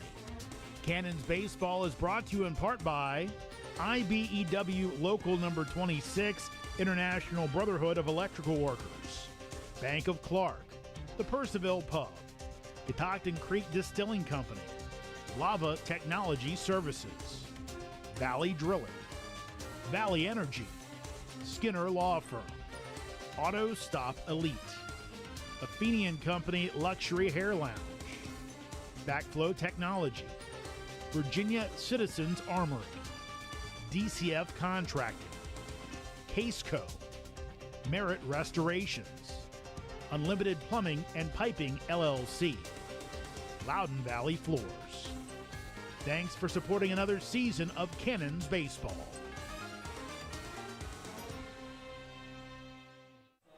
Welcome back to Purcellville. After 2 innings of work, Nick Stazak will make way for a new pitcher for the Cannons in the form of number 33, Brian Ducoris, the righty.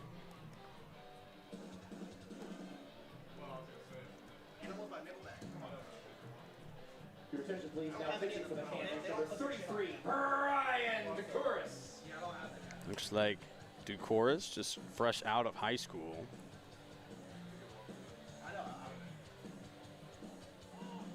.6'1", 198.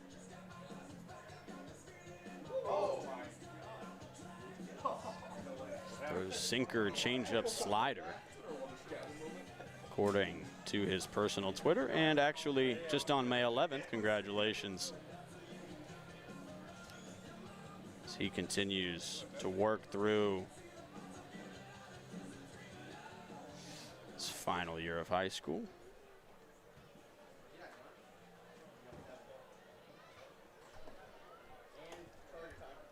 Now he'll look to work through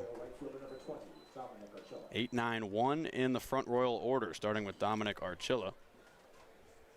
As I welcome my partner Jeremy Huber back to the booth. Hey man, I'm back. Had to go see some friends. That one up high, 1-0. Haven't missed too much scoring-wise. You know, the friends I was with were kind of complaining about that. They want to see some more runs here. We got close last inning, but big strikeout to get out of it. And that one lined to short. Inouye will jump, make the play. One away on the line out from Dominic Archilla. Yeah, Archilla scalded one last time up, but that one just a weak liner at shin to make the easy out. Yeah, that last one got me up here. Looked like it was going way out of here. And then just died out there and right, hit the top of the wall. Stazak would end up stranding him on third. That one checked at. Did he go? Yes, he did. 0-1. John Copenhaver stands in. He's 0 for 1 today. Strikeout swinging back in the second. Was hit by a pitch in his last AB.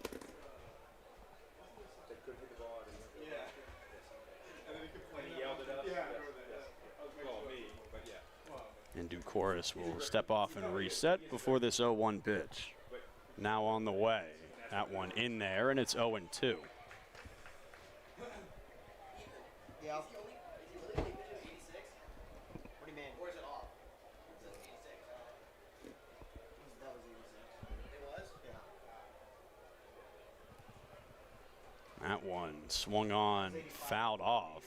Late decision to swing, but we've mentioned Front Royal's ability to find foul balls when they need them so far tonight, and that's another one where you would expect to swing and miss with that late of a swing, but able to hold it in the zone just long enough to make contact. 0-2. Just outside, and it's 1-2. Game like this, obviously every run is at a premium when you only have one on the board.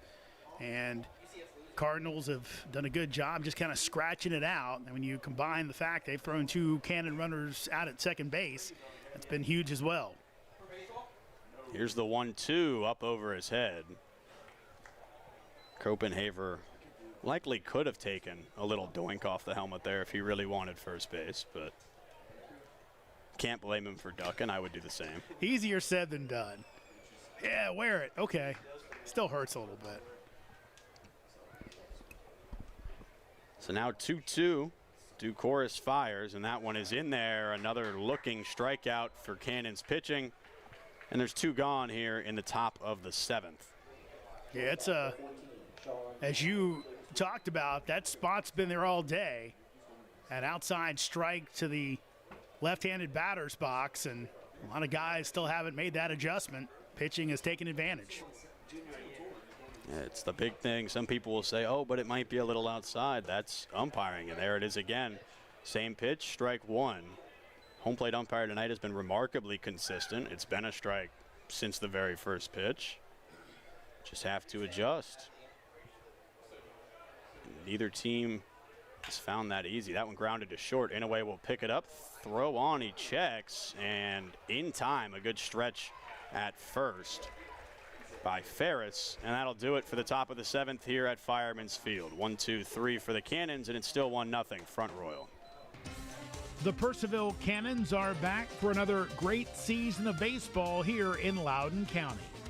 Cannons baseball is brought to you in part by IBEW Local Number 26, International Brotherhood of Electrical Workers, Bank of Clark, the Purcellville Pub, Catoctin Creek Distilling Company, Lava Technology Services, Valley Drilling, Valley Energy, Skinner Law Firm, Auto Stop Elite, Athenian Company Luxury Hair Lounge, Backflow Technology, Virginia Citizens Armory, DCF Contracting, Caseco, Merit Restorations, Unlimited Plumbing and Piping LLC, Loudoun Valley Floors. Thanks for supporting another season of Cannons baseball. Welcome you back into Purcellville. Still Oakley Kuntz on the mound for Front Royal. He came in with 2 outs last inning to get out of that jam. Struck out Colson Woods swinging. And now he will get Eric Martinez, Lucas Ferris, and Grant Galuli, 5, 6, 7 in the Purcellville order, as Front Royal looks to continue what has been a shutout so far here on opening night. Yeah, it was some really good work by Kuntz last inning where he came in, looked like it was an injury to the pitcher in front of him, and Mike Smith made the move, and Kuntz came in with 2 runners in scoring position and shut it down. He came in down a ball as well, 1-0 count when he entered. Made quick work and got out of the inning. It's been a pitcher's duel through 6.5 here in Purcellville. Still just 1 run on the board. Belongs to Front Royal on a wild pitch that brought in a runner from third in the 2nd. Leading off the bottom of the 7th for your Cannons, third baseman number 5, Everett. That'll bring us to the leadoff, Eric Martinez. He's 0 for 2 today, 2 strikeouts looking. He'd love to change that fortune here to lead off the bottom of the 7th. As Oakley Kuntz gets set on the mound. Fires it outside, 1-0.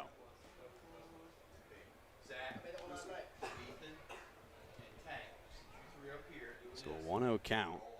Mentioned Ferris on deck. He's got one of Purcellville's 2 hits so far in this game. Looking to get something going on offense. Kuntz fires that one on that outside edge, and it's 1-1.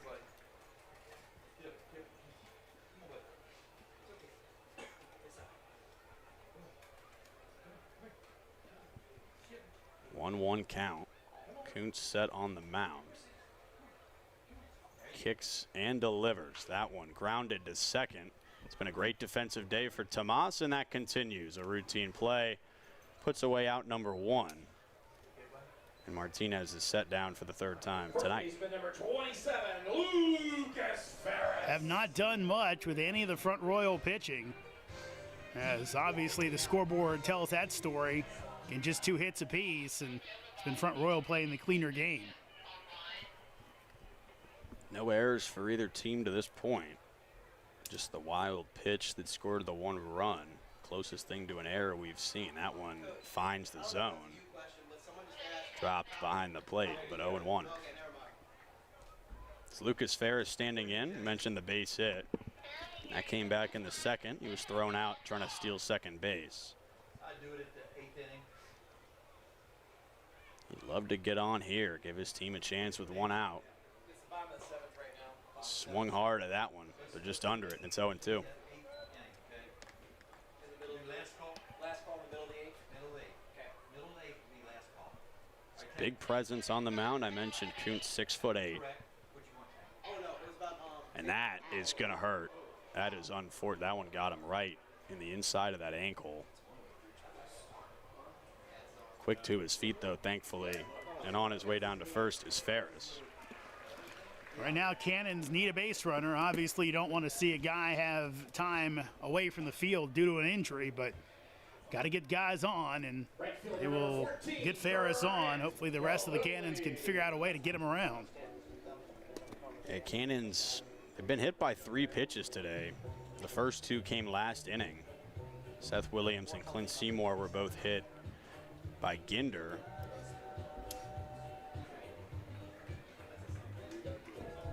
Now the 3rd hit by pitch, delivered by Kuntz. Runner on, 1 out. Into the box steps Grant Galuli.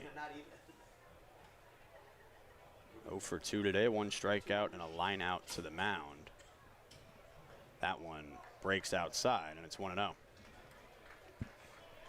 And that was kind of the last capper of Henshaw. A nice play on that, liner right back at him. And the lunged, I believe, a little bit over to his left to make the play. On that check swing, made contact. 1-0 now. Here's the pitch. That one up high, and it's 2-0. Good eye from Galuli. Other issue right now, Lincoln, as I'm sure you pointed out, Torres behind the plate has kind of shown the Cannons there's not going to be any running tonight.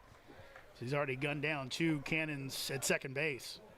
Including Ferris, who stands at first right now. After the hit in the ankle, though, I would doubt he'd take. They're going to back pick him, and he's gone. He might have missed him, and he did. Incredible slide back to the base from Lucas Ferris. He looked dead to rights on the throwdown from Torres, but he stays alive over there at first. Yeah, June trying to get back and couldn't get that tag down. And again, like you said, an amazing move by Ferris to get around it and keep himself at second base or first base when the Cannons need base runners. He takes his lead again. 2-1 count. And here's the pitch. Swung on and missed. 2-2 now to Galuli. Andrew Bell is on deck. Cannons' last hit came back in the 3rd. Seth Williams a single with 1 out. It's been all walks, hit by pitches, and out since then. 2-2 from Kuntz. On its way. Swung on and missed. Strike number 3. They'll go down to first, but nothing over there. And 2 gone in the 7th as Kuntz looking to work away from that hit by pitch and get out of another clean inning. Andrew Bell is the only thing standing in his way. He'd love to deliver a hit here. Cannons in desperate need of some offense here on opening night.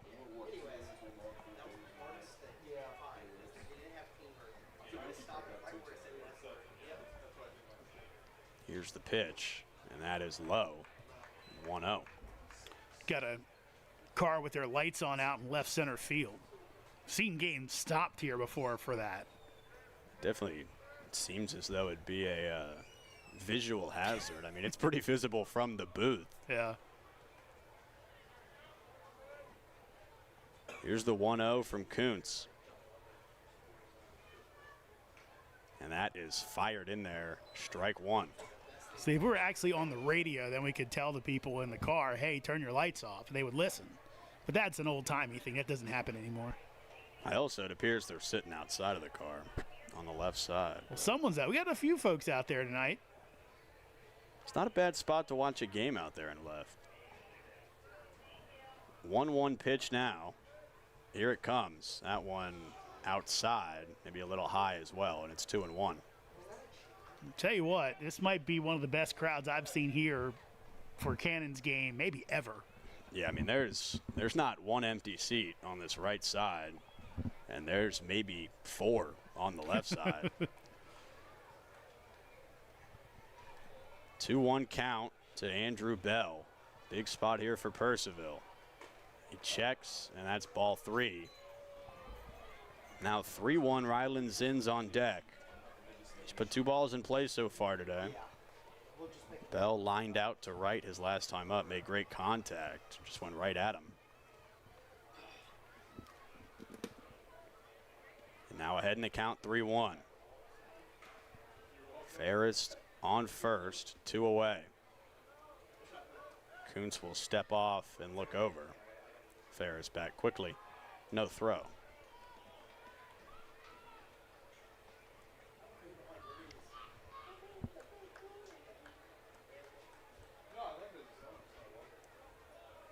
(3-1). Kuntz kicks and fires, and that is low. Skips in the dirt, and it's first and second now with 2 outs on the 5-pitch walk to Andrew Bell.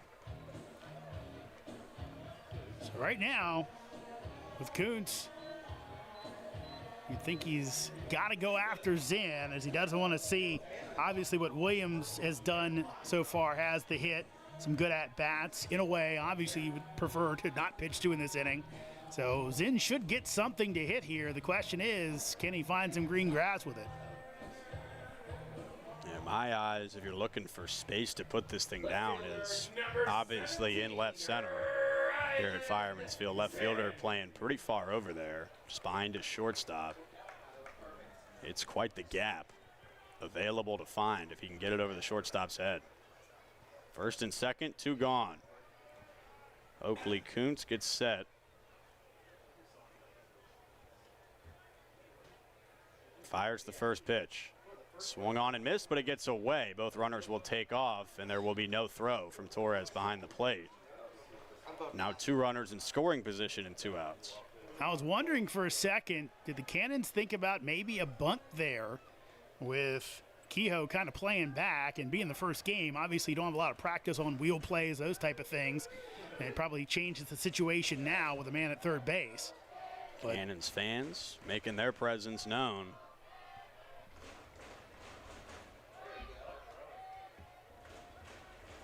Ryland's in, ahead in the count, or down in the count, 0-1. This one checked at, missed.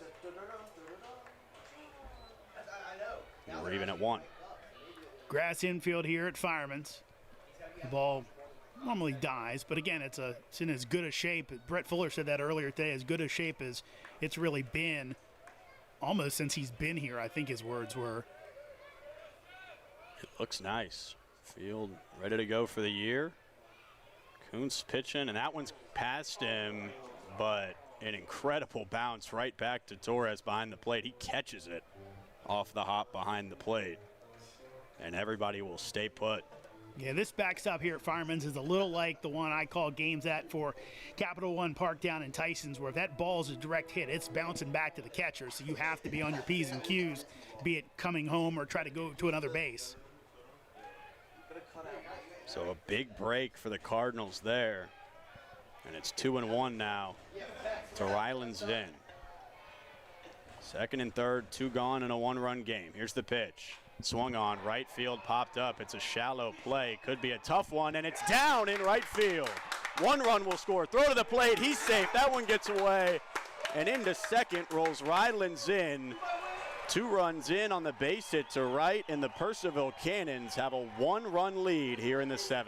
The number 9 hitter comes through, Lincoln, and that ball looked like it was going to be an easy one for Archilla. And then, like I could hear in your voice, it just started to drop and drop. You saw Tomas speed up, try to get there. He couldn't. And the Cannons, with that little Texas leaguer, bring in 2 and suddenly have the lead. Yeah, that one, there's no pictures in the scorecard for a reason. That's 2 RBI base hit from Ryland Zinn. Just out in no man's land in right field. He stands on second after the throw to the plate got away. And the top of the order up in Williams, who was ahead 1-0. He's reached base all 3 times he's come to the plate. Walked back in the first, singled in the third, and wore 1 in the 6th. He'd love to bring home another here. And it looks like he might, and that is down. Rounding third, coming home is Zinn. This will be a close play, throw to the plate, and it's dropped. Zinn is safe on a defensive mishap from Front Royal. Very uncharacteristic from Torres, who's been fantastic defensively today. He was out until that ball got away. Yeah, that's almost the ball out to the wide receiver who's so open they overthink it and don't catch the ball. A perfect throw. The only thing you might be able to say with this grass infield, maybe a little skid, but it looked perfect. Hit him right on the glove, right on the mark, as Zinn was out by a good 10 feet, but he just dropped the ball, and the Cannons put another run on the board, and Mike Smith's going to the pen. As Jeremy mentioned, we'll get a new pitcher. Unfortunate ending to the outing for Kuntz. A little bit unlucky, but Cannons lead 3-1. We'll be back with the new pitcher in just a bit.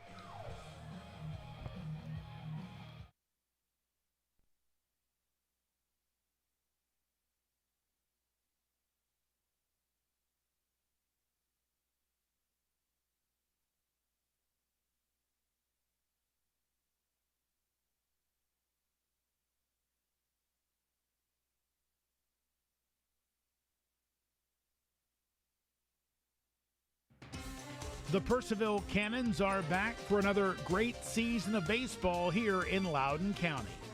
Cannons baseball is brought to you in part by IBEW Local Number 26, International Brotherhood of Electrical Workers, Bank of Clark, the Purcellville Pub, Catoctin Creek Distilling Company, Lava Technology Services, Valley Drilling, Valley Energy, Skinner Law Firm, Auto Stop Elite, Athenian Company Luxury Hair Lounge, Backflow Technology, Virginia Citizens Armory, DCF Contracting, Caseco, Merit Restorations, Unlimited Plumbing and Piping LLC, Loudoun Valley Floors.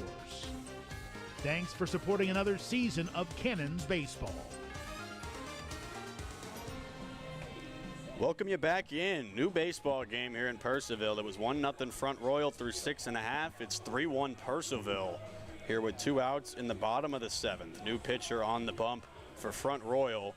It's another guy out of Stony Brook, the teammate of their starter Dylan Henshaw. Riley Bridges, the righty. Have Jeremy tell you all about him. Hey, Lincoln, Bridges, the 6'5 freshman, right-hander, 200 pounds, out of Ridgewood, New Jersey, and Ridgewood High School.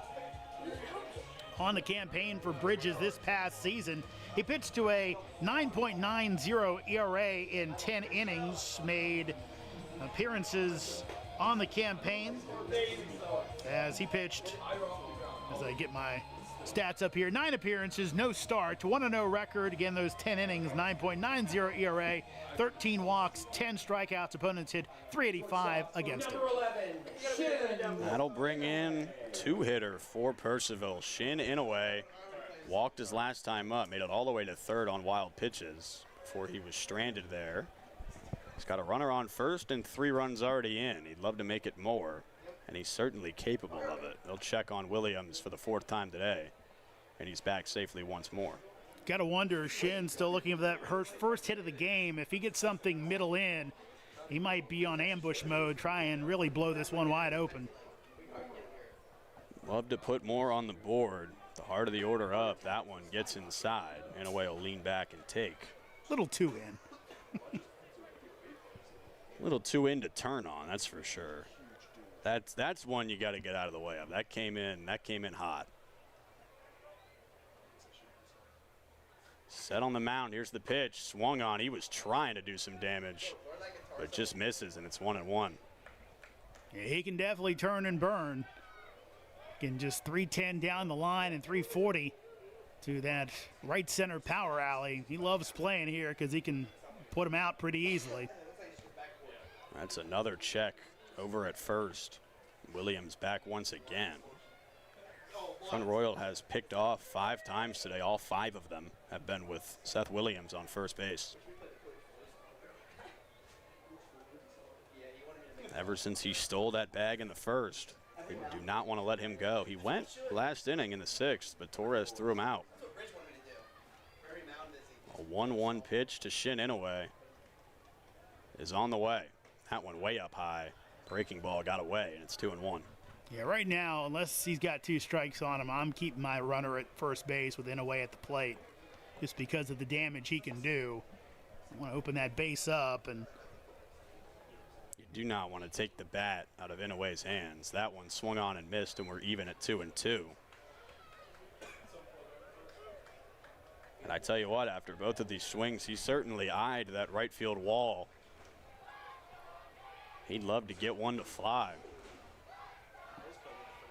2-2 pitch and a big one on the way. Runner goes. Throw down to second. The pitch is high, and he is in there on a slightly high throw from Torres behind the plate. I think any lower, and they might have had him, but Williams safe at second with a stolen base, his second of the night. Got a good jump again, and it's a nice battle there between he and Torres. So now a full count to Shin Inouye. Williams on second. Here's the pitch. Swung on and missed. Strike number 3, a big strikeout for Front Royal. And they get out of the inning, but not before the Cannons put 3 on the board. The home team's up by 2 as we head to inning number 8. The Purcellville Cannons are back for another great season of baseball here in Loudoun County.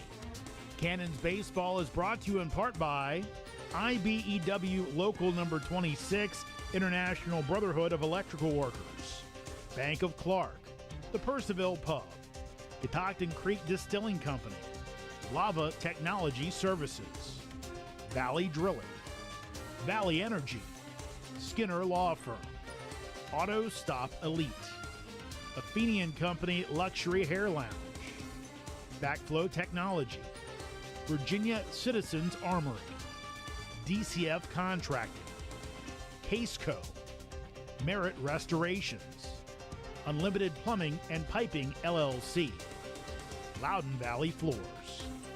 Thanks for supporting another season of Cannons baseball.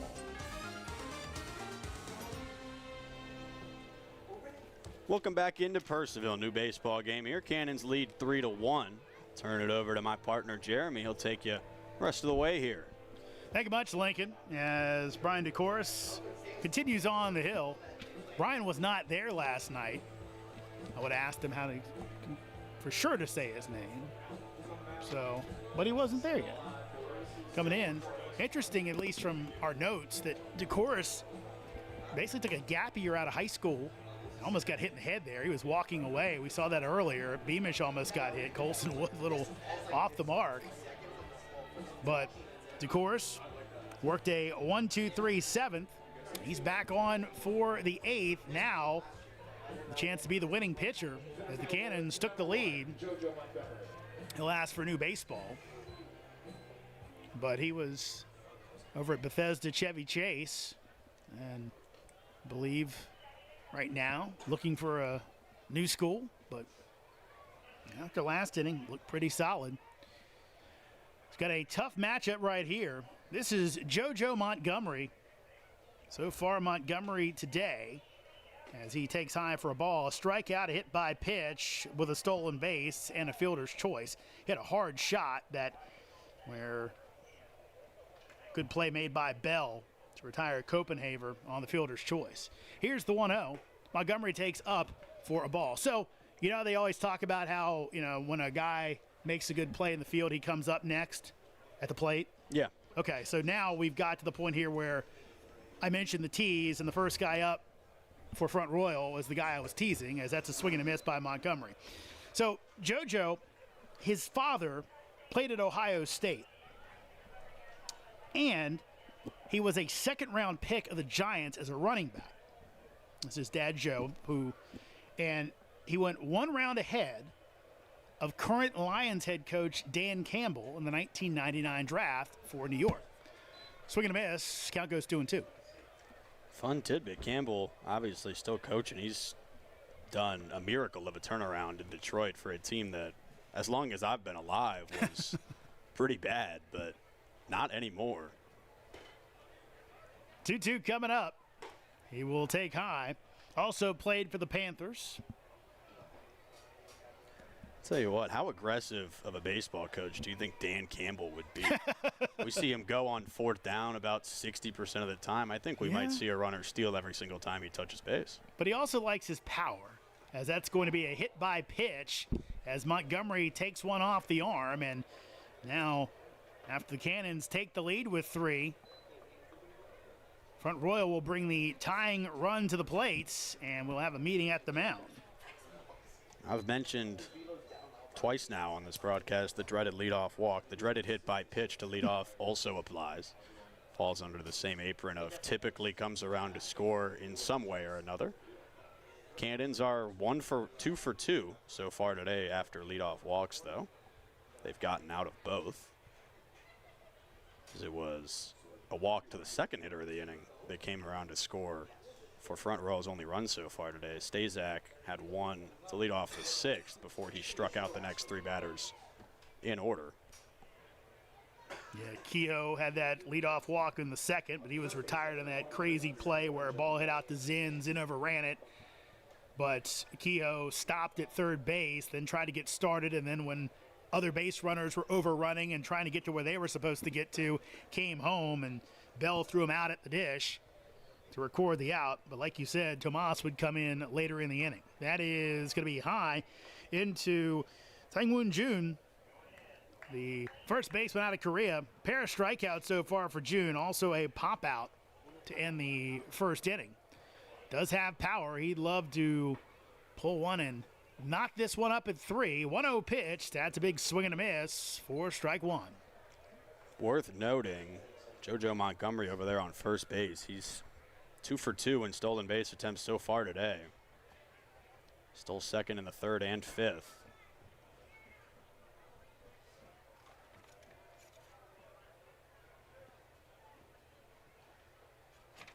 Here's the pitch. 1-1 is high. So count goes to 2-1. Cannons just added 3 on their first 3 runs of the game.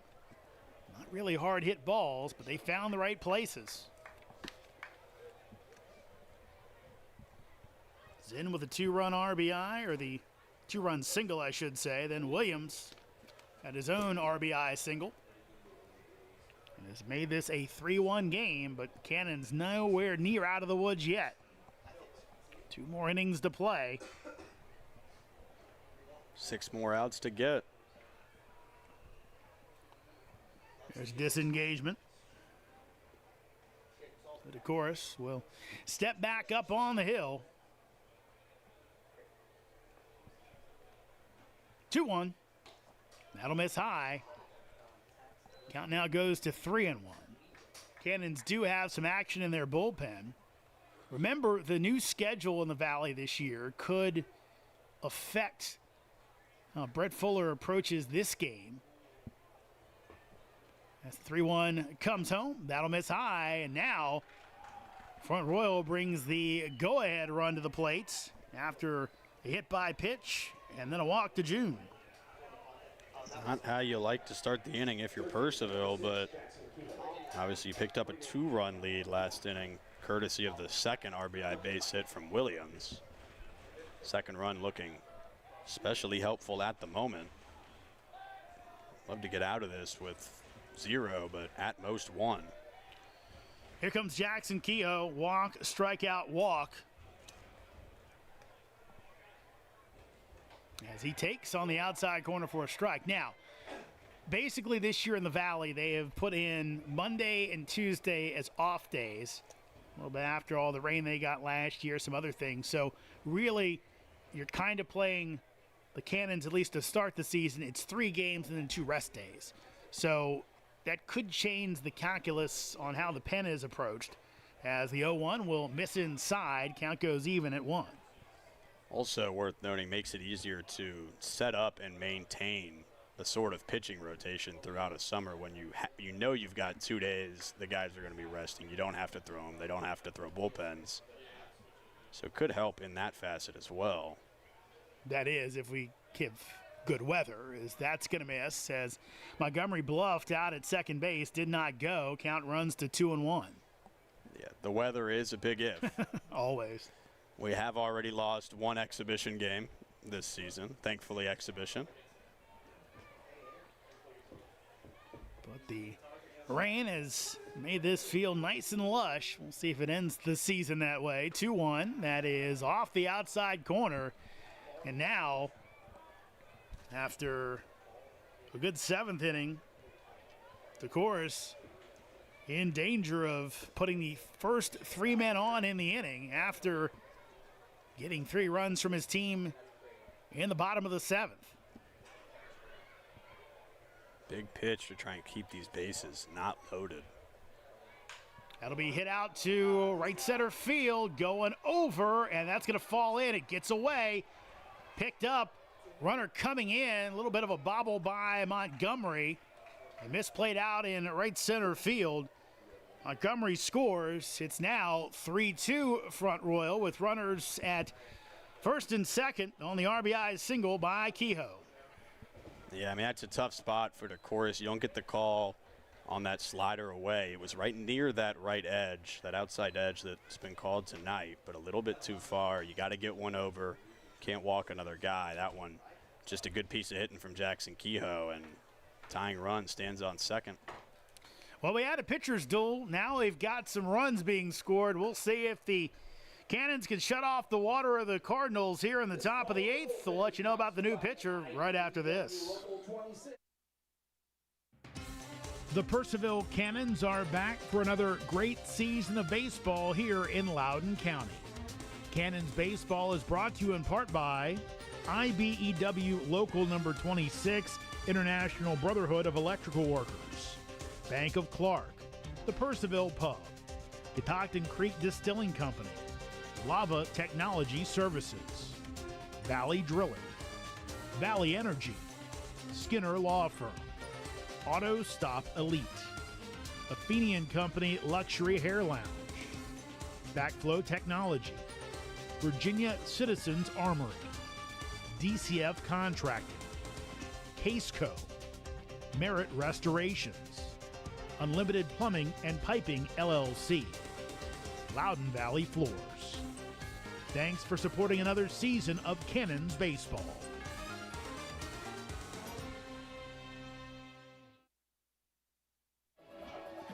Welcome back. New pitcher on the hill. It is Walker Clout, the right-hander for the Cannons. Walker Clout. Clout out of Messiah University.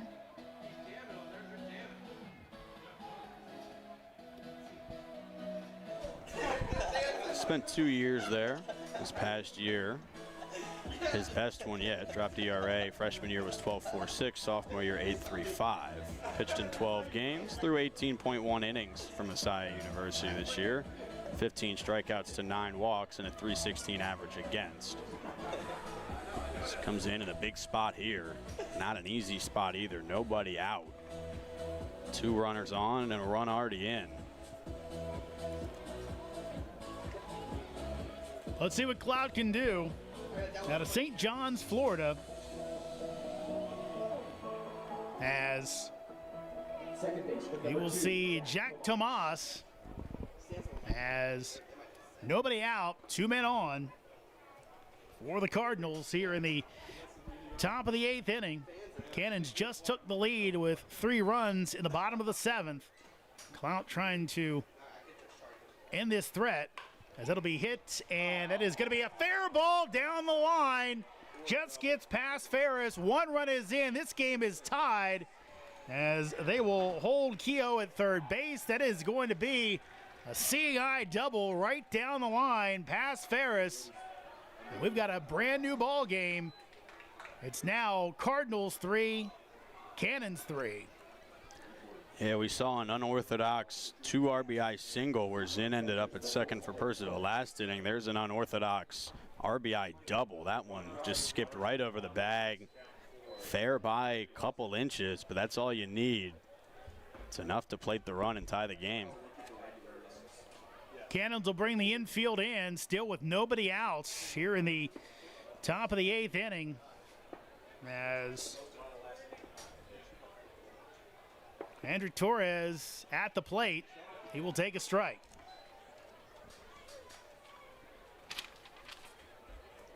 Hedrick Torres, great game behind the plate until a couple of miscues on that relay throw coming through. And Zinn dead to rights just dropped the ball as he'll take strike 2.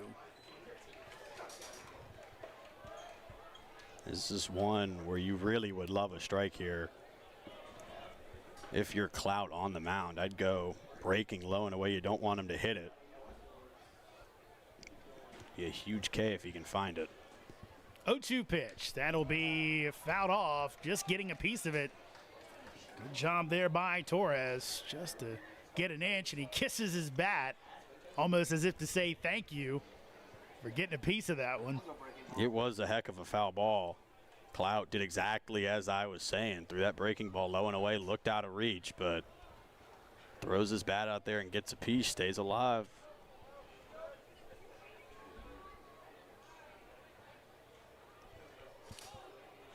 And swing and a miss for strike 3. So a big first out here in the top of the 8th as Clout gets the swinging strikeout of Torres for out number 1. Yeah, that's a incredible way to bounce back for Clout. You come in, you give up a tough double. That wasn't a bad pitch that the double was hit on, nor was it a laced line drive or anything, but those can hurt. The down the line right over the base, give up 2 bases and a run, but big strikeout.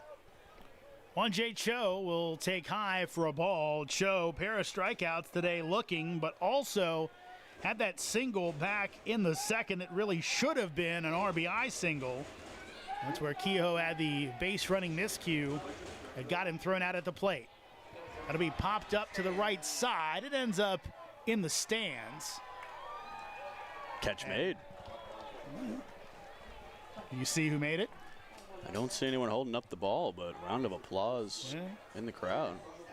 The old Rex Barney, the old longtime Orioles public address announcer. Give that fan a contract. Considering some of the Oriole teams over the years, that might not have been a bad thing.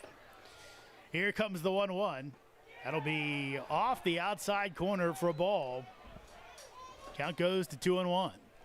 It's a great pitch there from Clout, not rewarded on that outside edge, but it's not a bad place to target the way the zone's been called tonight. Cannon's infield still in, trying to cut that runner off at home. 2-1 pitch. That's in for strike 2. A little bit of a delayed call by our home plate umpire. Remember, they gave us the umpire names tonight, but not the positions, so.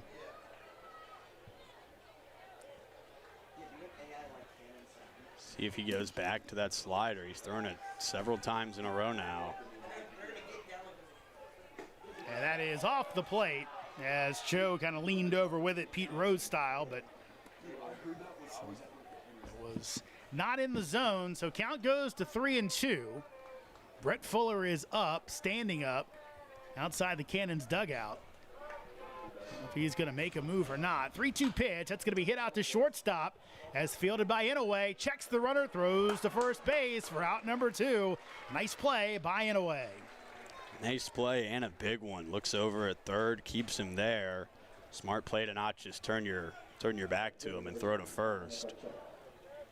Keeps the runners where they are, and this could be what Purcellville is hoping would be one heck of a tightrope act from Walker Clout out there on the mound.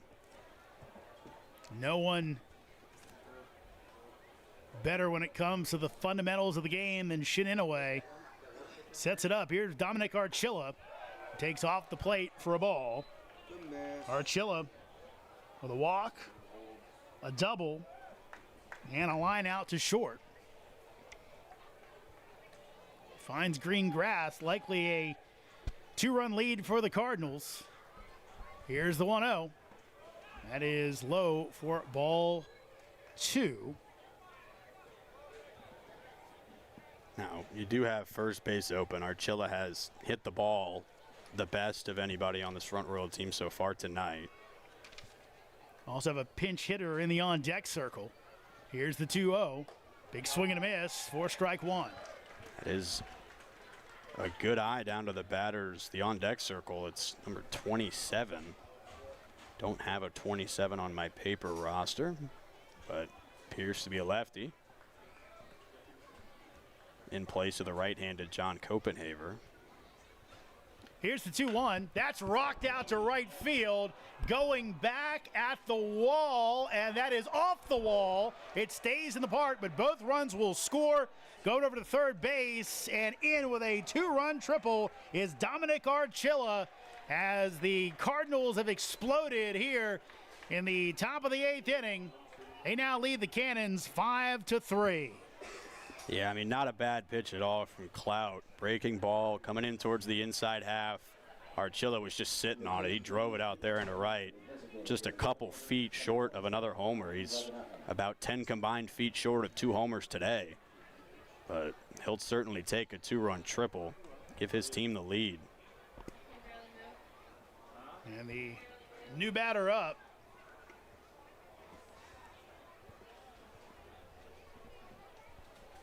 And Mike Smith getting that move out to the home plate umpire. And it's going to be Abhi Raghunathan out of Bristow, Virginia, and Paul D. Cant Community College. So Raghunathan will come to the dish, trying to keep this inning going, as he will take on the outside corner for a strike.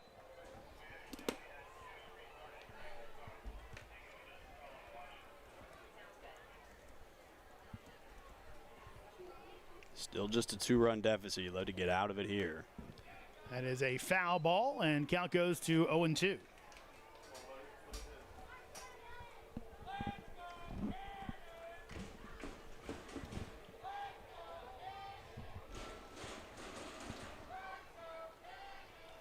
This year, Abhi hits .371 for Paul D. Camp. Drove in 28, had 4 home runs. Batting for Copenhaver, 0-2. That's fouled away. So Raghunathan stays alive. It's another one of those late swing, stay in the zone foul balls. It's been a staple of Front Royals game so far tonight. That'll be a swing and a miss. Ball gets away. Wood's got to pick it up, throw down, and it is going to be in time to get the out. But Front Royal with 4 runs in the top of the 8th inning. They reclaim the lead, now leading at 5-3. As we head to the bottom of the 8th here at Fireman's Field. The Purcellville Cannons are back for another great season of baseball here in Loudoun County.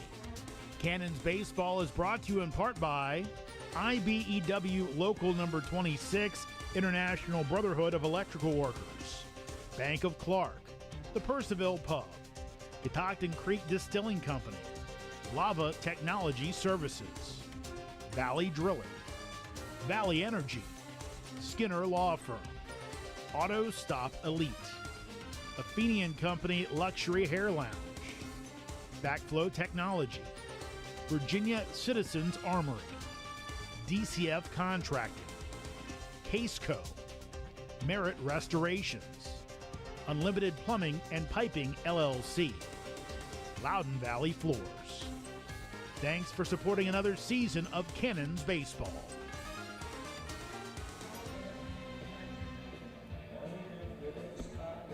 From the Catbird seat to the outhouse right now for the Cannons. After that big 3-run bottom of the 7th, they give up 4 in the top of the 8th, and now trail it 5-3.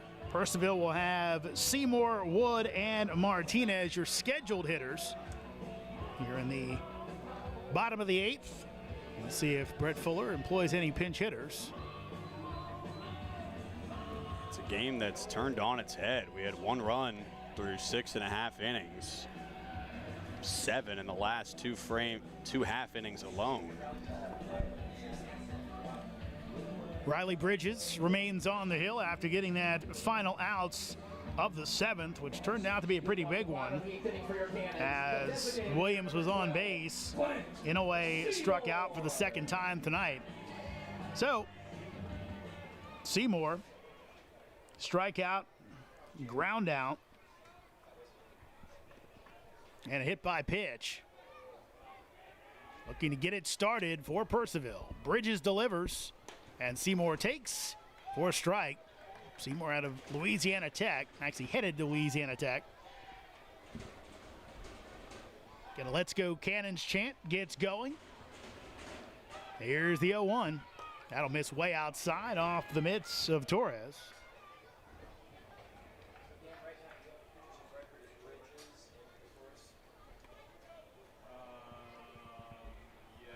It is funny how in this league you get the big mix of some high school kids, some junior college kids, some D2 and D3s, also some college kids and some guys that now could be getting drafted, as that misses inside. Count goes to 2-1, and this is a little inside baseball where, you know, I do a lot of prep and Lincoln does too, and you try to go through and find out information. And some guys have a lot. Some guys don't have all that much. 2-1 pitch. That's going to be popped up on the left side, going over, and that'll be out of play as it goes off the stands, which have cleared out a little bit as we've gotten later into the night. Reaching bedtime for some of the kids. Some of these kids, it's Friday, but they've got Little League games tomorrow, obviously, or travel ball games tomorrow. And get them home and ready to play 2 or 3, or who knows, travel ball. 2-2 pitch. Big swing and a miss as Seymour went up the ladder with Bridges and couldn't catch up with it. He's your first out here in the bottom of the 8th inning. Yeah, Bridges just going right up there at the heat to get the chase, and he finds it. Second strikeout and 2 batters for Riley Bridges as Colson Wood tonight. Ground out to first, ground out to shortstop, and a strikeout in the 6th.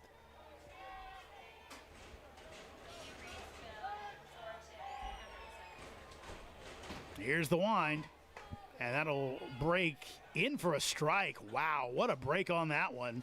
That was disgusting. For lack of a better word, that was gross. Yeah, Wood turned away as not to hit him, and it bend in for a strike.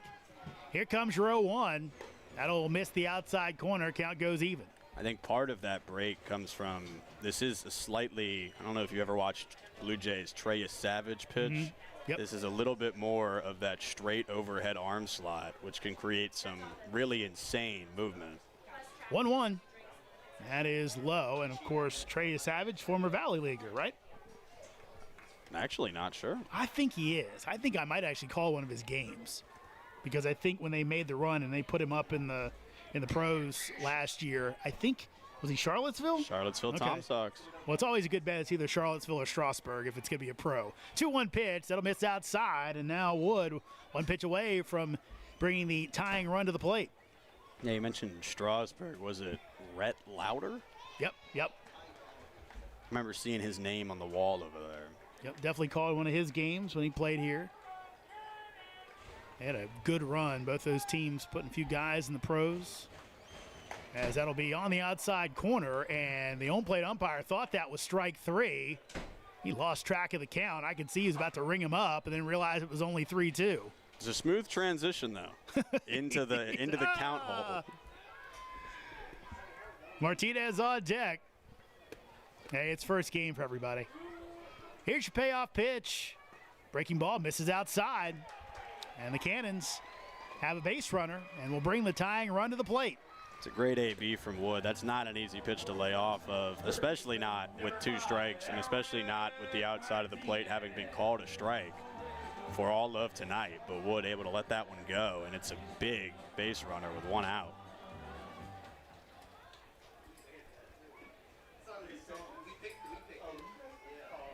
So Martinez steps up, 2 strikeouts and a ground out to second. As that'll be fouled off. So the other one, while Louder was at Strasburg, I'm 99% sure Wyatt Langford was playing for Charlottesville that year.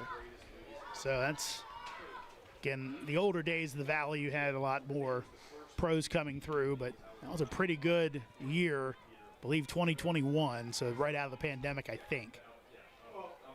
But You would be correct. I'm pretty sure I called a Louder start. I don't think I called a Langford game because I think I missed the home game at one point. The shortstop could be 2. Second for 1 over to first base. That is in time as 6-4-3. Front Royal turns the double play and gets out of the inning as Martinez's tough night at the plate continues. We've played 8 here at Fireman's Field. Top of the 9th coming up as Front Royal leads Purcellville 5-3. The Purcellville Cannons are back for another great season of baseball here in Loudoun County. Cannons baseball is brought to you in part by IBEW Local Number 26, International Brotherhood of Electrical Workers, Bank of Clark, the Purcellville Pub, Catoctin Creek Distilling Company, Lava Technology Services, Valley Drilling, Valley Energy, Skinner Law Firm, Auto Stop Elite, Athenian Company Luxury Hair Lounge, Backflow Technology, Virginia Citizens Armory, DCF Contracting, Caseco, Merit Restorations, Unlimited Plumbing and Piping LLC, Loudoun Valley Floors. Thanks for supporting another season of Cannons baseball.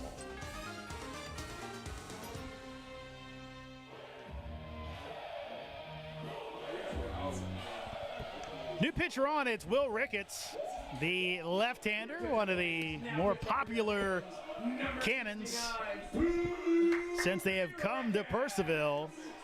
The lefty, who actually had a really good summer for the Cannons last year, is on to pitch the 9th, trying to keep this a 2-run game, as Ricketts last year with the Cannons has his own personalized song that was made for him.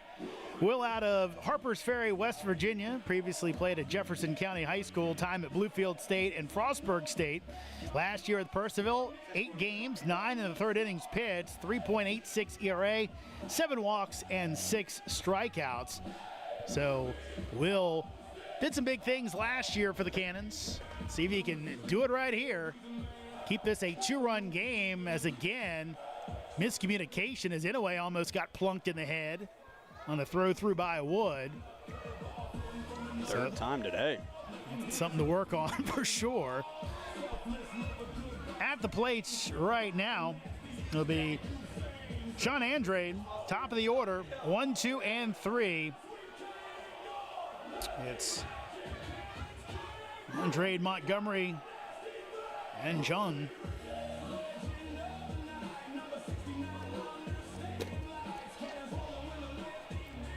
Ricketts throws from that sidearm arm slot, which you may have noticed as he warms up here. It's not super overpowering velocity, but from that arm angle, you're hardly ever going to see overpowering velocity. Yep, the crafty lefty, as that's fouled back for strike 1. But it is certainly some funky movement. on a range of several pitches from the left side. He does not run it up there fast, but he can get it to move a little bit. Here's the 0-1.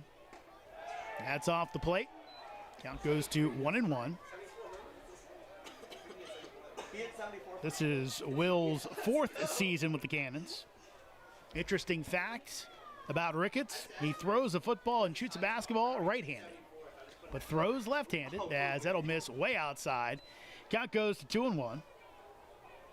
You know, I have seen that a couple of times. I've got a buddy who golfs left-handed and plays every other sport except for swinging a baseball bat right-handed. So he pitches wiffle ball right-handed and hits left-handed. Okay, interesting. I taught myself to switch hit and slow pitch softball. 2-1 pitch, that'll miss the outside corner. And now Ricketts in danger of walking the leadoff hitter. Of course, that's how things started last inning, albeit a hit by pitch. But the first 4 runners reach base, as that will miss outside. And the 5-pitch walk to Andrade here in the top of the 9th inning. Not what you're looking for to get things started, but mentioned the breaking stuff. It is prone to ground balls. If anyone's going to find a double play here, Ricketts is one of the guys I'd bet on to be able to make that happen. Here's JoJo Montgomery. Montgomery, as that'll be in for a strike. Hit by a pitch twice tonight. Would come around to score in the 8th. Scored that first run. Also a strikeout and fielder's choice. At fielder's choice, that ball was stung.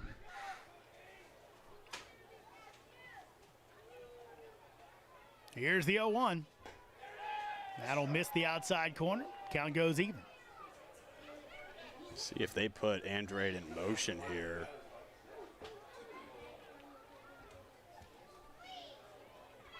Remember, limited bullpens for both of these teams right now. As that'll miss outside, and now the count goes to 2-1. Just with numbers. Team still having guys with their college teams. 2-1. Runner bluffs. That's in for strike 2. Varied up the leg kick a little bit there. And if you can do those type of things and still make your pitches, it's a big deal. But I have seen guys try to do that stuff, and it doesn't work out well for them. Here comes the 2-2. Runner goes. That'll be outside, throw down, and is going to hit the runner. Kept it from going into center field. As it looks like Bell, a quick, hey man, I'm sorry, to Andrade, who gets some time to walk it off as he got stung by that one. Actually, the second base runner for Front Royal to be hit with a throw down to second so far today. I believe the other one was Montgomery, who's at the plate and has been hit by 2 pitches as well, as you mentioned. So he's, unfortunately for him, he's worn a couple today. Well, you know, his dad's a football player, right? Some of that's got to carry down, I'm sure. He's shaking them both off. Runner goes again, and this time it'll be ball 4 as Ricketts just really never even looked. And Andrade schooled well to take that extra base. You could notice coming from second base there was a hefty lead to begin with, and then as Ricketts got in the windup, he was probably halfway to third base before he turned his hips and ran. Just a clinic stealing third there from Andrade. Sang-Woon Jun. As the runner goes, and it'll be a strike, no throw. So right now, Front Royal stealing at will against the Cannons. Third of the game for Montgomery. 3 for 3.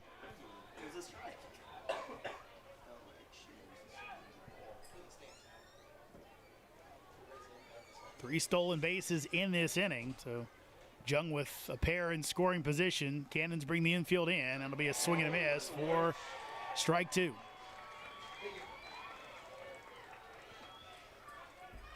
This is where you've just put one on the outside edge of your Ricketts. I'm going to the slider, the curveball, sweeper, whatever you want to call it, that's not going to check up on the outside of the zone. and hope for a swing and miss. 0-2 pitch. That is off the outside corner.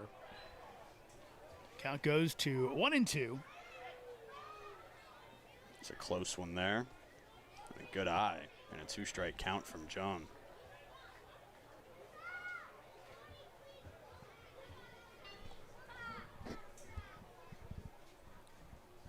Here's the 1-2. That'll miss inside. Count goes 2-2. No one warming in the Cannons bullpen. Actually, now there is someone warming in the Cannons bullpen. So, see how long the leash is for Ricketts.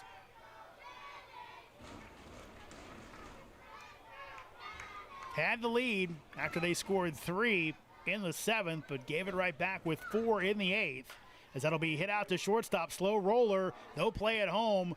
Runner scores, and then Montgomery advances over to third, so not hit hard enough as Inouye was looking but did not have the play at the plate. So the run comes in on the RBI ground out by Sang-Woon Jun, and now it's 6-3 Front Royal on top of the Cannons with 1 out here in the top of the 9th.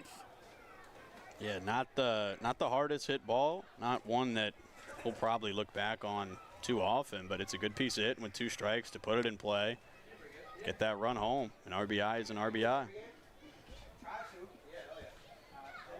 So here's Kehoe, the cleanup man, as that'll miss outside.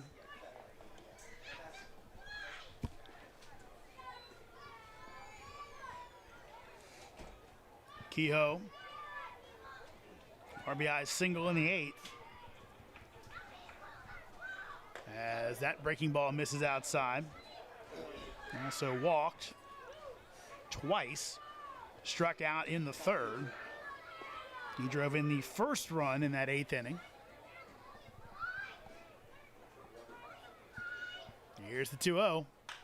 That's crushed out to left field, but one of the deeper parts of the park, and making the catch is in, but tagging up from third and cruising home is Montgomery. So the sacrifice fly brings in another run for Front Royal. They now lead it 7-3. Yeah, just a pair of exactly what you're looking for if you're Front Royal. You don't need to hit it out, don't need to hit it even down. Just got to put it in play. The ground ball scores 1. That one's more than deep enough to score Montgomery from third with ease. They've extended this to 4 with just 3 outs left to get. Here's Jack Tomas. Had an RBI double in the 8th to tie the game. Would walk in the 2nd as that misses outside for ball 1, as he scored the first run of the game on that pass ball wild pitch. I never checked exactly what that was. Also doubled in a run just last inning. That's on the outside corner. Count goes even. Yeah, I had it in my book as a wild pitch, but my buddy in the stand said, well, it looked like a pass ball to me. Now, again, I wrote it down as a wild pitch. That's what I did, too. I thought it hit the dirt. We're consistent up here. Yeah, that'll be hit the other way. That's through for a base hit. So the inning continues. Nice piece of hitting by Tomas. Just stuck it out in between the second and first baseman, and the inning continues for the Cardinals. It's been a real hot 2 innings for Front Royal. We've got double the number of hits in the last 2 innings that they had in the entire game leading up to that. We can see with that pitching of Beamish and then the relief of Stazak. So you kind of wonder, hey, when the Cannons have that full team, what the pitching staff's going to look like. They've said that is an area that they're hoping can come through for them, as that's in for a strike. As Torres at the plate, he's got 4 strikeouts tonight, so he has struggled at the dish.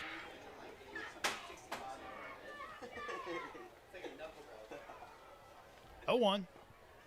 That'll miss low. As far as Ricketts goes out there on the mound, it really has not been, obviously the 2 runs, but it really has not been a bad inning for him. Just the 2 walks to start, that's what caused the problems. Apart from that, really no real hard contact. Yeah, but he and Wood having trouble keeping those runners at their bases. If that's ripped down the line, that is going to be a foul ball. So Torres, after a tough night at the plate, almost had himself a big hit right there, but now looking at a 1-2 count. Yeah, you mentioned the running. That is the inherent disadvantage of throwing from that sidearm slot. You lose a little bit of velocity, and thus you lose probably about half a second or so to throw down to second, which a lot of the time is all it takes to go from an out to a successful steal.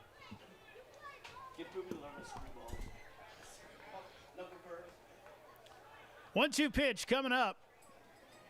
2 outs as 2 more runs in for Front Royal. Now leading it 7-3. Ricketts delivers. That'll be hit and off the lip and through. Would have been through anyway, but it looked like it caught that lip of the infield and bounced through on a couple hops to Zen. The inning stays alive with back-to-back singles, this time by Torres. Yeah, just CNI base hit through that left side, right in between the shortstop and the third baseman. You're right, it did hit that lip. Took a weird little backspin hop, but the lip actually gave Cannon's left side of the infield almost a chance at it. It's pretty well hit from Torres. Here's Wong Jae Cho. Cho so far today had a hit back in the second, then a pair of strikeouts and a ground out to short. So Ricketts trying to end this inning so the Cannons don't have to use another pitcher. That'll be hit back to Ricketts as Will run it over and underhand it to Ferris at first base for the 3rd out of the inning. But Front Royal puts 2 on the board. Cannons are chasing 4 as we head to the bottom of the 9th. It's Front Royal 7, Purcellville 3. The Purcellville Cannons are back for another great season of baseball here in Loudoun County. Cannons Baseball is brought to you in part by IBEW Local Number 26, International Brotherhood of Electrical Workers, Bank of Clark, the Purcellville Pub, Catoctin Creek Distilling Company, Lava Technology Services, Valley Drilling, Valley Energy, Skinner Law Firm, Auto Stop Elite, Athenian Company Luxury Hair Lounge, Backflow Technology, Virginia Citizens Armory, DCF Contracting, Caseco, Merit Restorations, Unlimited Plumbing and Piping LLC, Loudoun Valley Floors. Thanks for supporting another season of Cannons Baseball.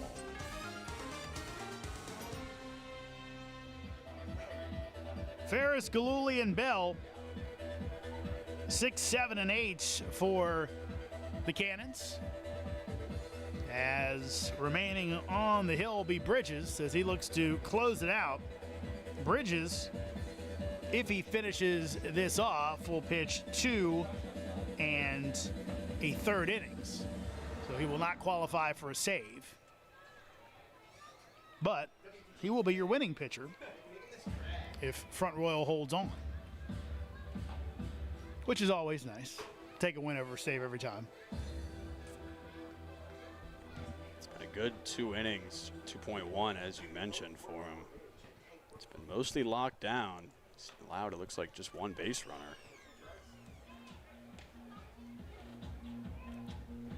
Bridges came on to get the final out of the 7th and ended up walking Wood to bring the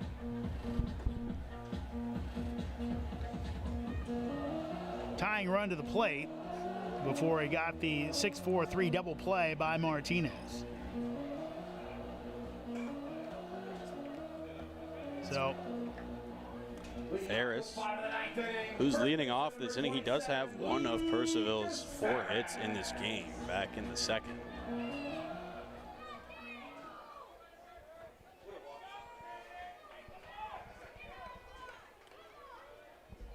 So Bridges winds and delivers as that'll be in for a strike.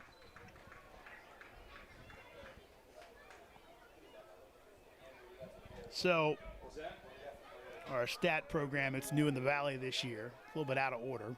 A 1 pitch, breaking ball in for strike 2. So Beamish went 4 innings, Stazak went 2. The chorus came on, gave up 3 runs, so he'd be your losing pitcher right now.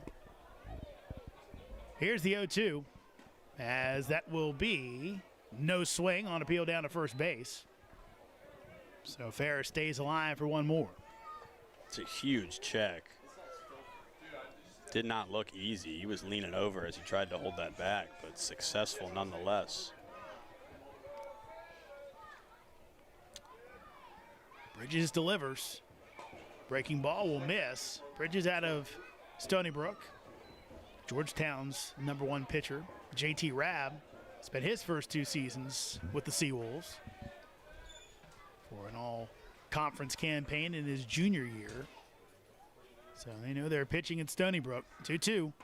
That'll miss outside. Count goes full at 3-2. Tell you what, though, that is a major league breaking ball that he's throwing out there on the mound. That thing starting at about eye level, and that one dropped into the dirt. Payoff pitch.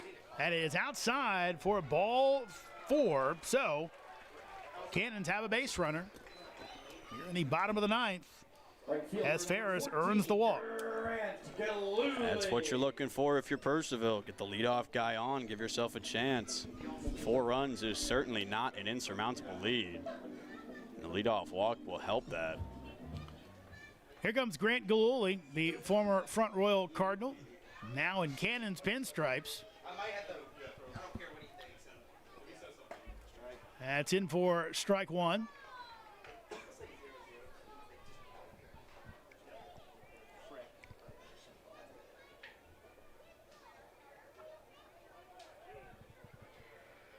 Ferris takes his lead at first.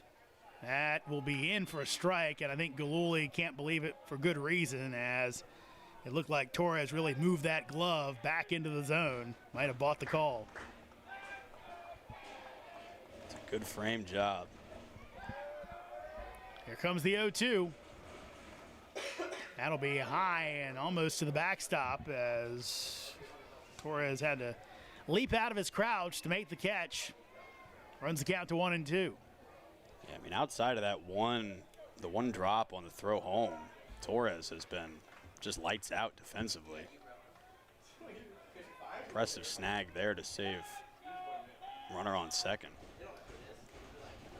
Here's your 1-2, and that will kick away. I'll tell you what, you're like the free throw jinx right now, man. Yeah. That was just horrible timing for. I'm praising the defense, and I'll blame it on how nasty that breaking ball is. How about that? That's fair. That's fair. Ball's spinning so much, couldn't catch it with a bucket, and it'll just bounce right out. Andrew Bell's on deck for the Cannons. 2-2 to Galuli. Here it is. That is in there for strike 3 as Galuli strikes out for the 2nd straight at bat, 3rd time today. And there's 1 out here in the bottom of the 9th. Great sequencing from Bridges on the mound. I mean, it's been mostly breaking balls so far this inning. You've seen fastballs both first pitches. Other than that, it's been largely that sweeper curveball that he's been throwing so well. But there, you've got a guy probably sitting on that curveball, throws 90 right past him, strike 3. Here's the pitch to Bell. That is in for strike 1. Bell tonight struck outs in the 3rd, flew out in the 5th, and then walked and scored a run in the 7th. Here's your 0-1. That'll miss outside. Count goes even.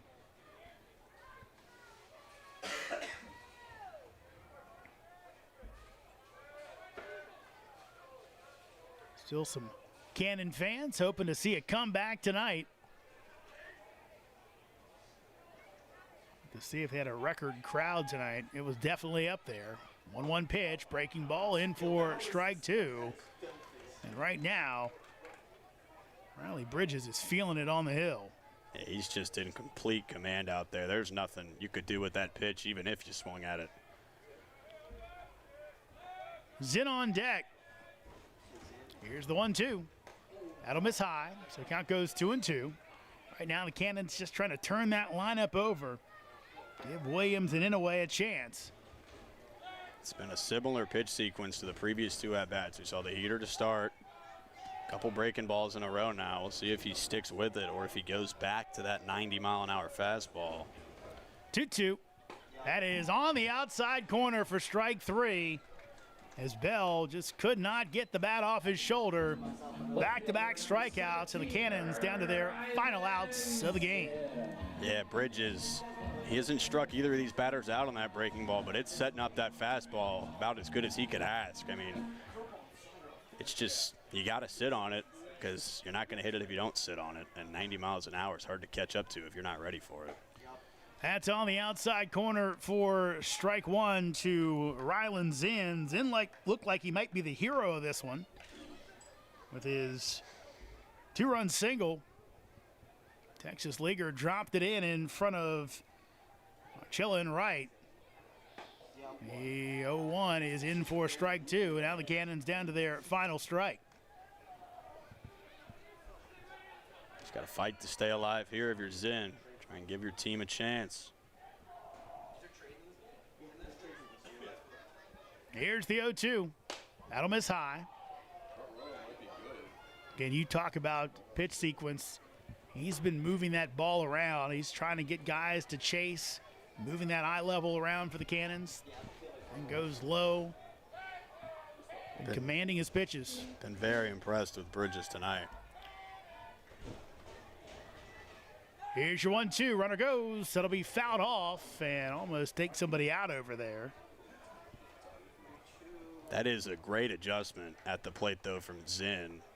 He was obviously not sitting on that fastball. He was quite late, but just throws his bat out there. Gets actually pretty good contact on it to that right side to avoid another strikeout to end this game. Here's the 1-2. Runner goes again. This will be skied out to right field, but it's playable. Marcello will make the catch and end the contest.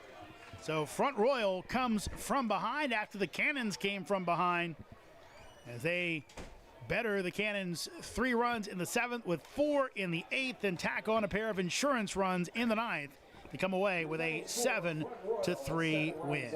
Winning pitcher in this one, despite a great performance by Dylan Henshaw, it's the man who just finished the game, Riley Bridges, as he pitches 2 1/3 scoreless innings. The loser in this contest is Brian DeCourse, who gave up 3 in the 8th after a 1-2-3 7th.